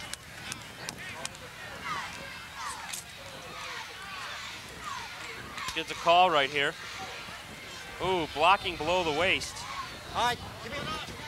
Gary Swagger makes the call. That'll bring the football back. And they're going to have to air it We're out. inside, well, we're inside the 30, though. Now, listen. The result of the play will be 2nd down and about 7 where it lays right there. If you want to take the penalty, where's the penalty? Line of scrimmage? Where's the penalty? Line of scrimmage? Line of scrimmage, okay. Okay, we'll go to the 10, 15, let's see. Okay, we'll go from here, half the distance from the 20, we'll go to the 10-yard line. Well, if you ever wondered what the referee and the players talk about, there you have it. Our referee, Gary Swagger, today, as you see, Lake Park will take the penalty. It goes 10 yards back from the foul, which was at the 20. So it brings up a 1st and 20 from the 10-yard line with 4.5 minutes to go in the ball game as Larkin has now been pushed deep into their own territory, facing a long situation here, and they're up by 7 points. They're going to try and stop him here. You got Kendrick Thomas and you got Gostin, so watch out. Rolando has already thrown one interception today. Here's Thomas, left side. He's got some yardage. He's around Tweed. He may go. He's at the 40, the 50, the 40. He's going to go. One man's got a chance to get him. Touchdown! 90 yards. Kendrick Thomas goes 90 yards and falls flat on his face with a touchdown. The last man who had a chance to get him was Eric Olszewski, the cornerback. He had the angle, but Thomas busted it, and he's gone. It's 13-0 Larkin. He had the speed to fight off the angle. And Thomas just won this football game. He just burned Tweed. Let's take a look at it. I seen it. I seen Thomas, and then I seen Gostin, and I got this little chill over me. Here it is. Watch him turn on the afterburners. Watch him just smoke Tweed. See ya. Here's Olszewski, last guy. He's got the angle. He should get him, right? Now there's the Jets. Did you see the smoke, Bob? Well, the extra point was no good. Sinko missed it to the right. So it stays 13-0 after the 90-yard touchdown run from Kendrick Thomas. The 2nd score of the game. Tempers flaring. Then they have some tempers flaring. Both teams have just been, just giving it everything they got. 110% effort on both teams. We have that score reversed. It's actually Larkin 13, Lake Park nothing. 4:05 left to go in the ball game. What a fantastic run, Joe. Kendrick Thomas, we talked about it so much during this game that every single time he touches the football, he's so dangerous. He's only a junior. You saw the tremendous speed there as he burned 2 guys in the secondary from Lake Park, went right around Tweed, and then Olszewski had the last shot. He had the angle. He didn't take the right angle, though. He kept going, and Thomas went right past him for the touchdown. What a big play. Larkin obviously happy with that run. But when you see a run like that deep down in their end zone, and then you take it 90, you have to be happy because your offensive line is doing some damage. Pesho and Pritchett and Hornick, Casey Fellows, he's a big one, and Timmy Hughes, also Lickner cutting off everybody. These offensive lines were just dynamite today. And you know, Joe, if Thomas can catch his breath, he's going to kick off right here. Wow. Mr. Everything. He kicks, punts, and he runs like a demon out there. Here's his boot. High end over end, short kick into the wind. Taken at the 20, it's fumbled. The ball's loose, but Lake Park recovers it. At the 27-yard line, Lake Park almost gave it away. But the Lancers have about 4 minutes to go and try to put up 2 scores. It looks almost impossible, as this Larkin defense has been super tough all afternoon. But they're going to have to go into some sort of 2-minute no-huddle offense here and try to get 2 points on the board, 2 touchdowns, I should say, on the board in a hurry. I don't know, maybe Rick Short, I don't know if they just ejected him or something like that. But he got in a little scrap. He got in a little scrap. Blue, timeout, Blue. That's our first timeout. Timeout by Larkin. Rick Short, a real gutsy player, just a real quiet guy off the field, a nice guy, but once he gets that helmet on and onto the field, he's a madman out there, and the coaches are talking to him. He was obviously fired up out there, a little scrap out there. Yeah. And now he's on the sideline. I'm not sure if he was ejected or not, Joe, but he's out of the football game at least. For the moment. Coach Munkin talking to Chris Roll and the rest of his troops. Trying to find some offense at least. You still have a goose egg on the board. And, you know, if you dump this one, which it looks like you're going to, at least put together a solid offensive drive, get your passing game going a little bit. The running game looked pretty decent today. You've seen Agnos take charge. Not too much from Archuleta in the second half. Grossman, we've seen that he's got a little bit of speed. But it just seemed like Lake Park just couldn't generate the passing game. And now they want to try to get some momentum at least here. And winning the game seems almost out of the question, but if they can get some momentum, they play Elgin next week that's in first place. Maybe they can pull an upset there. On the other hand, Larkin will take on Streamwood. We will be at St. Charles for East Aurora and St. Charles. Yeah. Another Upstate 8 affair. That's next week. Rowe back to pass. Over the middle's got a man wide open. Tweed makes the catch at the 49-yard line. A pickup of 24 yards, 1st and 10. And those two hooked up in a very similar situation last week against DeKalb, and they do it again this week. Why? Take a look at Tweed, Joe, being just wide open. Well, let's not take a look at it again as we have a no-huddle offense out there. And now, wait a minute, has there been a timeout called? For the Blue. Yeah, Larkin will take a second timeout. I think that's a good call, Joe, because Coach Krieger knows they're going with the no-huddle offense. He wants to settle his defensive troops down. Here's the pass from Roll. He just takes like a 2-step drop, and then he hits Tweed. Nice catch right there. Chris Brown on his back. But why couldn't they do that in quarter number 1? You know? Why couldn't you just drop back? You know, fling it out to Tweed or a few of the other guys. Pankow, we haven't heard Pankow at all. He's got a touchdown catch this season for them. We've seen him. What kind of puzzles me, though, Joe, is Lake Park, they were down 7-0, and they were driving so well with their running game, and then they called for the pass, and then you had the sack, and then they had the long yardage situation. They had to go again with the pass, and they lost more heavy yardage because Larkin was looking for a pass. They went with the reverse, and then they lost the big yards there, and that was it. And instead of just running the football up the gut. They've tried a few bombs today, and they had some guys open. This is not because there's 0 points on the board for the Lancers. This is not a bad Lake Park team by any means. Don't worry, Coach Munkin will have this team rip-roaring ready to go come playoff time. They have moved the football pretty well at times today as Roll scrambling. He's got a man. Incomplete, though. It was Veers at the 40-yard line. They had him, but he could not corral the pass. So that's going to make it 2nd down and 10 at the 49. But however, there has been some sloppy execution on Lake Park's part. Actually, on both teams' part, Joe. Larkin could have been leading this game by another 2 touchdowns, but they had 2 turnovers deep in Lake Park territory in that first half. True. 1 man in the backfield, 2 receivers to the far side, 1 to the near. Roll back. He's sacked. Cargill, the first man in there on the sack from Lake Park. Big sack. A Blue Royals blitz. Let's take a look at it again. Well, let's not, hopefully, as we've got the no-huddle offense in there. 3rd and 16. Back to pass. Steps up in a pocket. Gets rid of it. Scott Fears again this time. He gets it up to about the... They're going to spot the football now at the 44-yard line.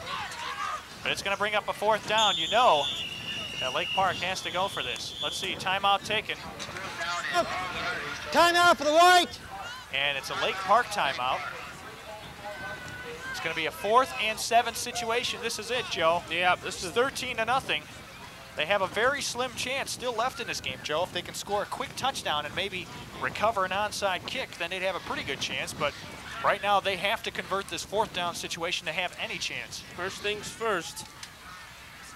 Right now, getting this play completed and getting in your offense, maybe having 2 other plays called. Rip them off, execute them. This is a team that's not giving up by any means. Neither team. Larkin obviously happy they got 13 on the board. And again, there you see it. Next week, we'll be at St. Charles for another Upstate 8 battle as East Aurora takes on St. Charles. Those teams tied for the bottom of the conference. And the following week, it's back into the DuPage Valley. A nice battle there. Naperville Central will host Wheaton North.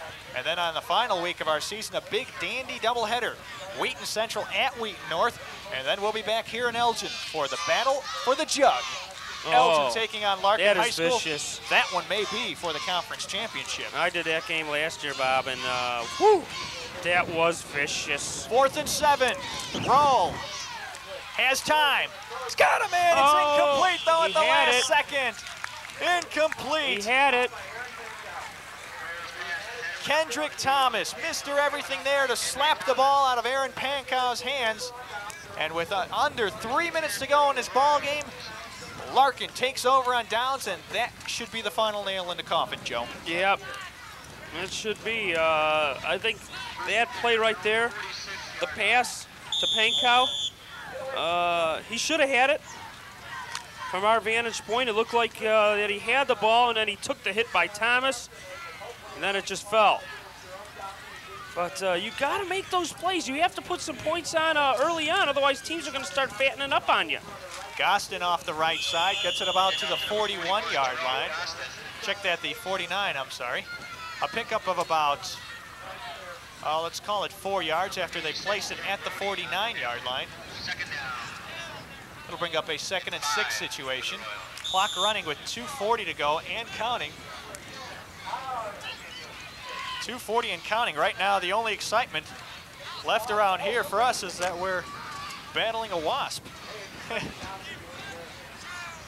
In the press box. 2nd down and about 6 yards to go. 2:20 and counting. Here's Snyder. Not much there. Lake Park trying to do its best to stop this Larkin offense. It'll bring up about a 3rd and 6 situation.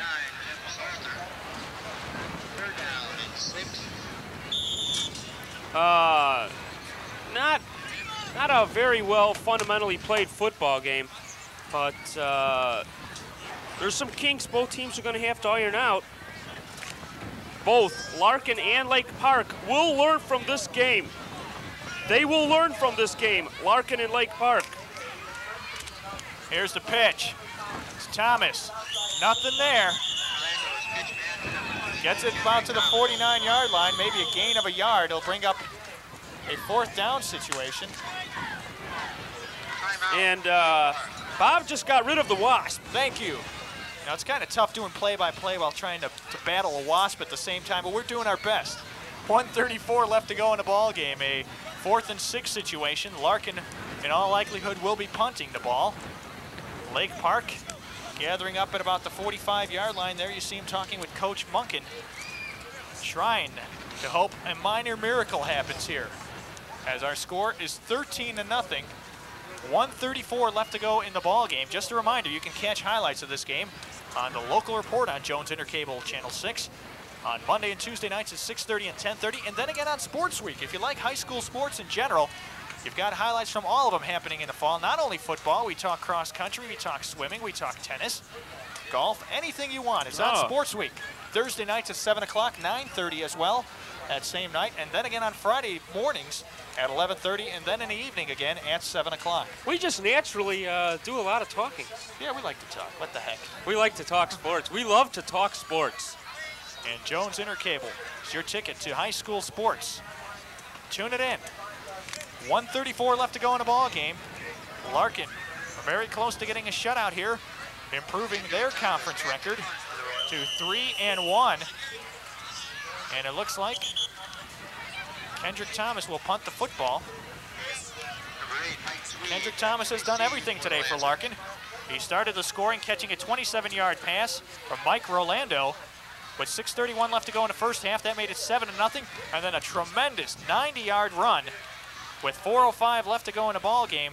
The extra point was no good. That made it 13-0, which is where we stand. Thomas has scored a touchdown in every single game this year for Larkin. He has 9 on the season.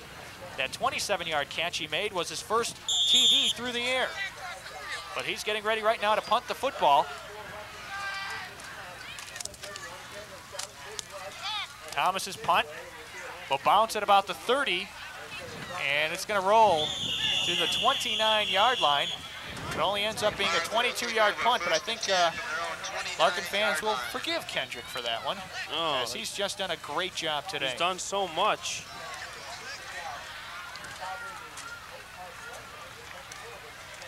So this loss is going to drop Lake Park to 2-4, 2-2 in the conference,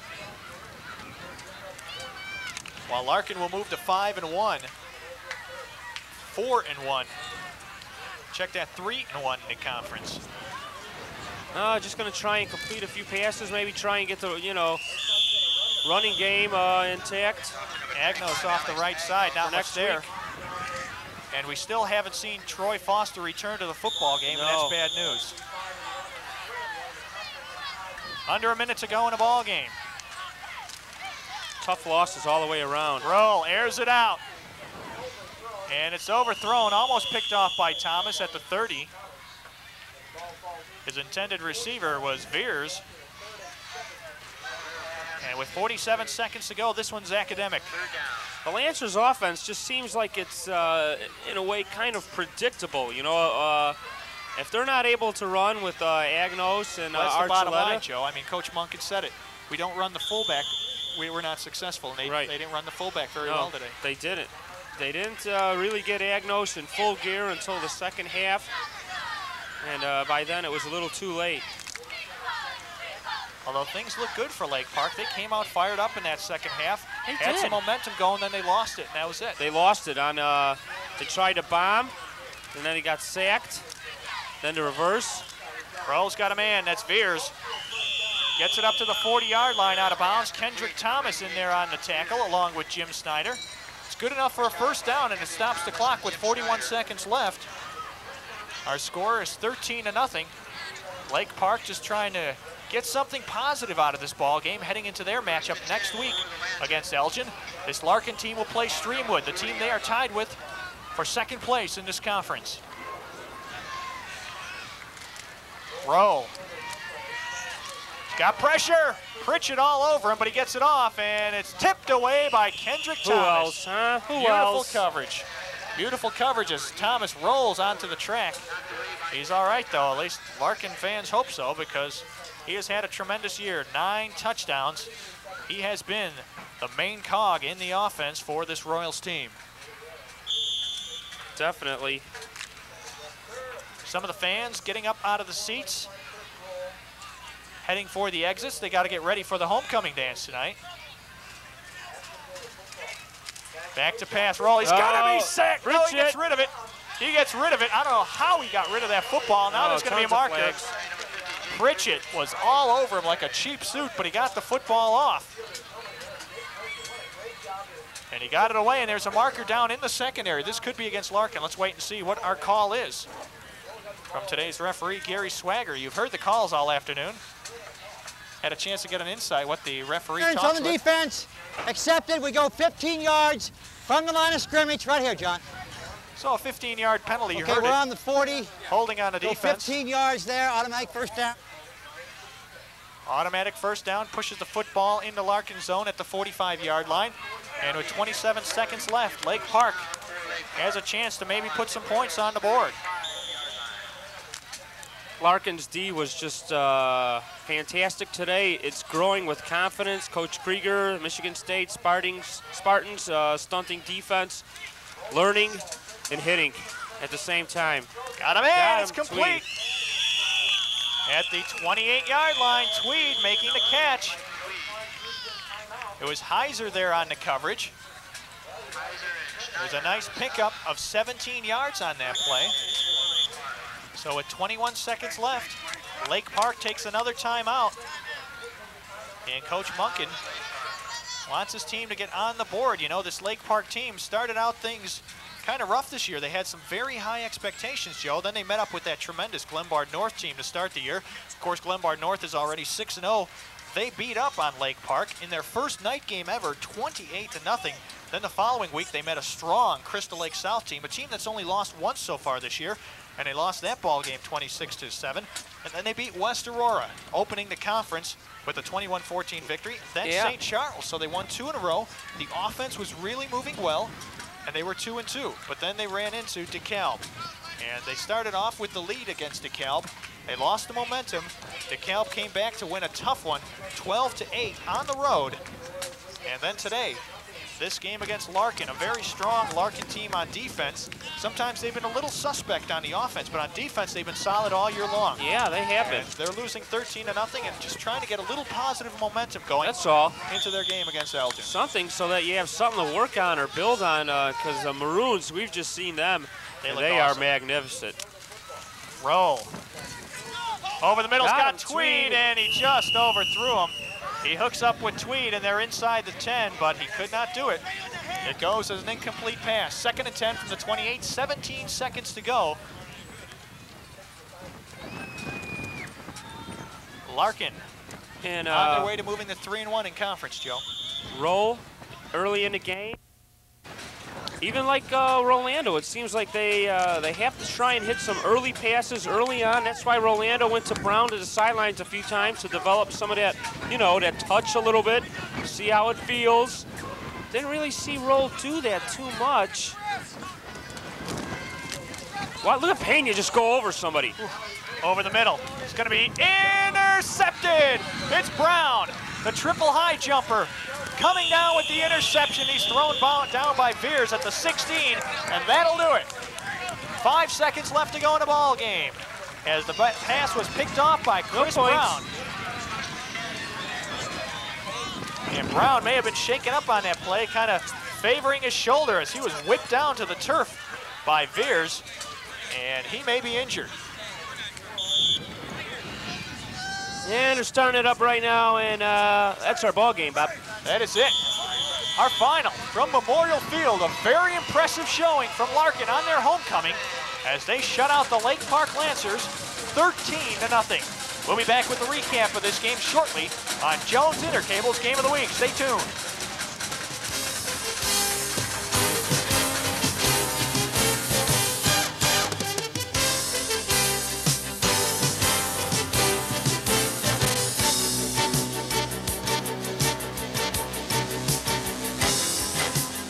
Extremely heavy this morning. They're putting on the brakes at the exit aisles, and it's backed up all the way from frozen foods to meats. The solution to supermarket gridlock?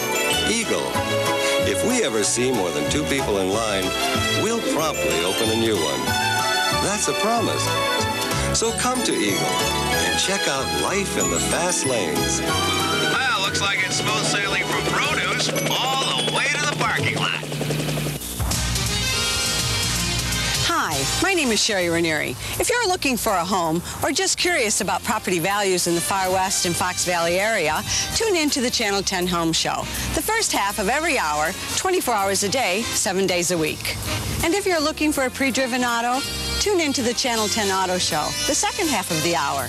You'll see a great selection of autos from the area's most respectable dealers. So if you're changing channels, look to us, Channel 10.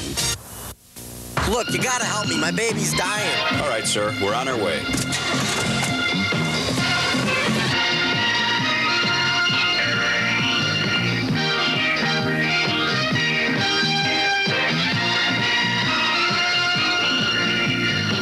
Wrench. Screwdriver. Where? Got to her just in time. Cavelli's A1 service. Randall and Galena in Aurora. All right, welcome back to Memorial Field, where there you see our final. Larkin beating Lake Park 13-zip on homecoming weekend. A big game for Larkin as they came through with a victory. Let's recap the scoring. First of all, it happened in the second quarter. A 27-yard pass from Mike Rolando in the hands of Kendrick Thomas. With 6:31 left to go in the first half, that made it 7-0. Of course, there you see it. There was no scoring in the first quarter, so it was 7-zip at the half, Larkin. In the third quarter, again, no scoring as the defenses were strong. Yeah. But in the fourth quarter, a little juke run off the left side by Thomas again. He breaks it 90 yards going past two men with 4:05 left to go in the ball game. The extra point was no good. That made it 13-0. That's where we stand. That was the final score. Let's take a look at some of the highlights as we just talked about it. Kendrick Thomas, watch him break on the left side, and Rolando hits him over here.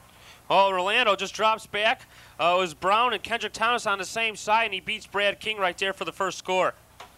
And that made it 7-0. But then in the second half, again, Thomas, he's so dangerous. Watch him right here. 5-yard gain, right? Nope. Great blocking. See you later. He goes right around Tweed. Tweed. Last guy who's got a shot at him is the cornerback, And he's got the angle. He's got it, but he doesn't. Watch the smoke come out. And he's into the end zone like a jet. The extra point, of course, was no good. And the final again, 13-0. As he goes down face first. Joe, you've got some final numbers for us? Yeah, some quick final stats here. Chris Roll in the second half, 5'11" for 47 yards. Altogether for Lake Park, 189 yards. There you see Thomas, who ran out of gas, finally gets up, and they're beating the drum here at Memorial Field.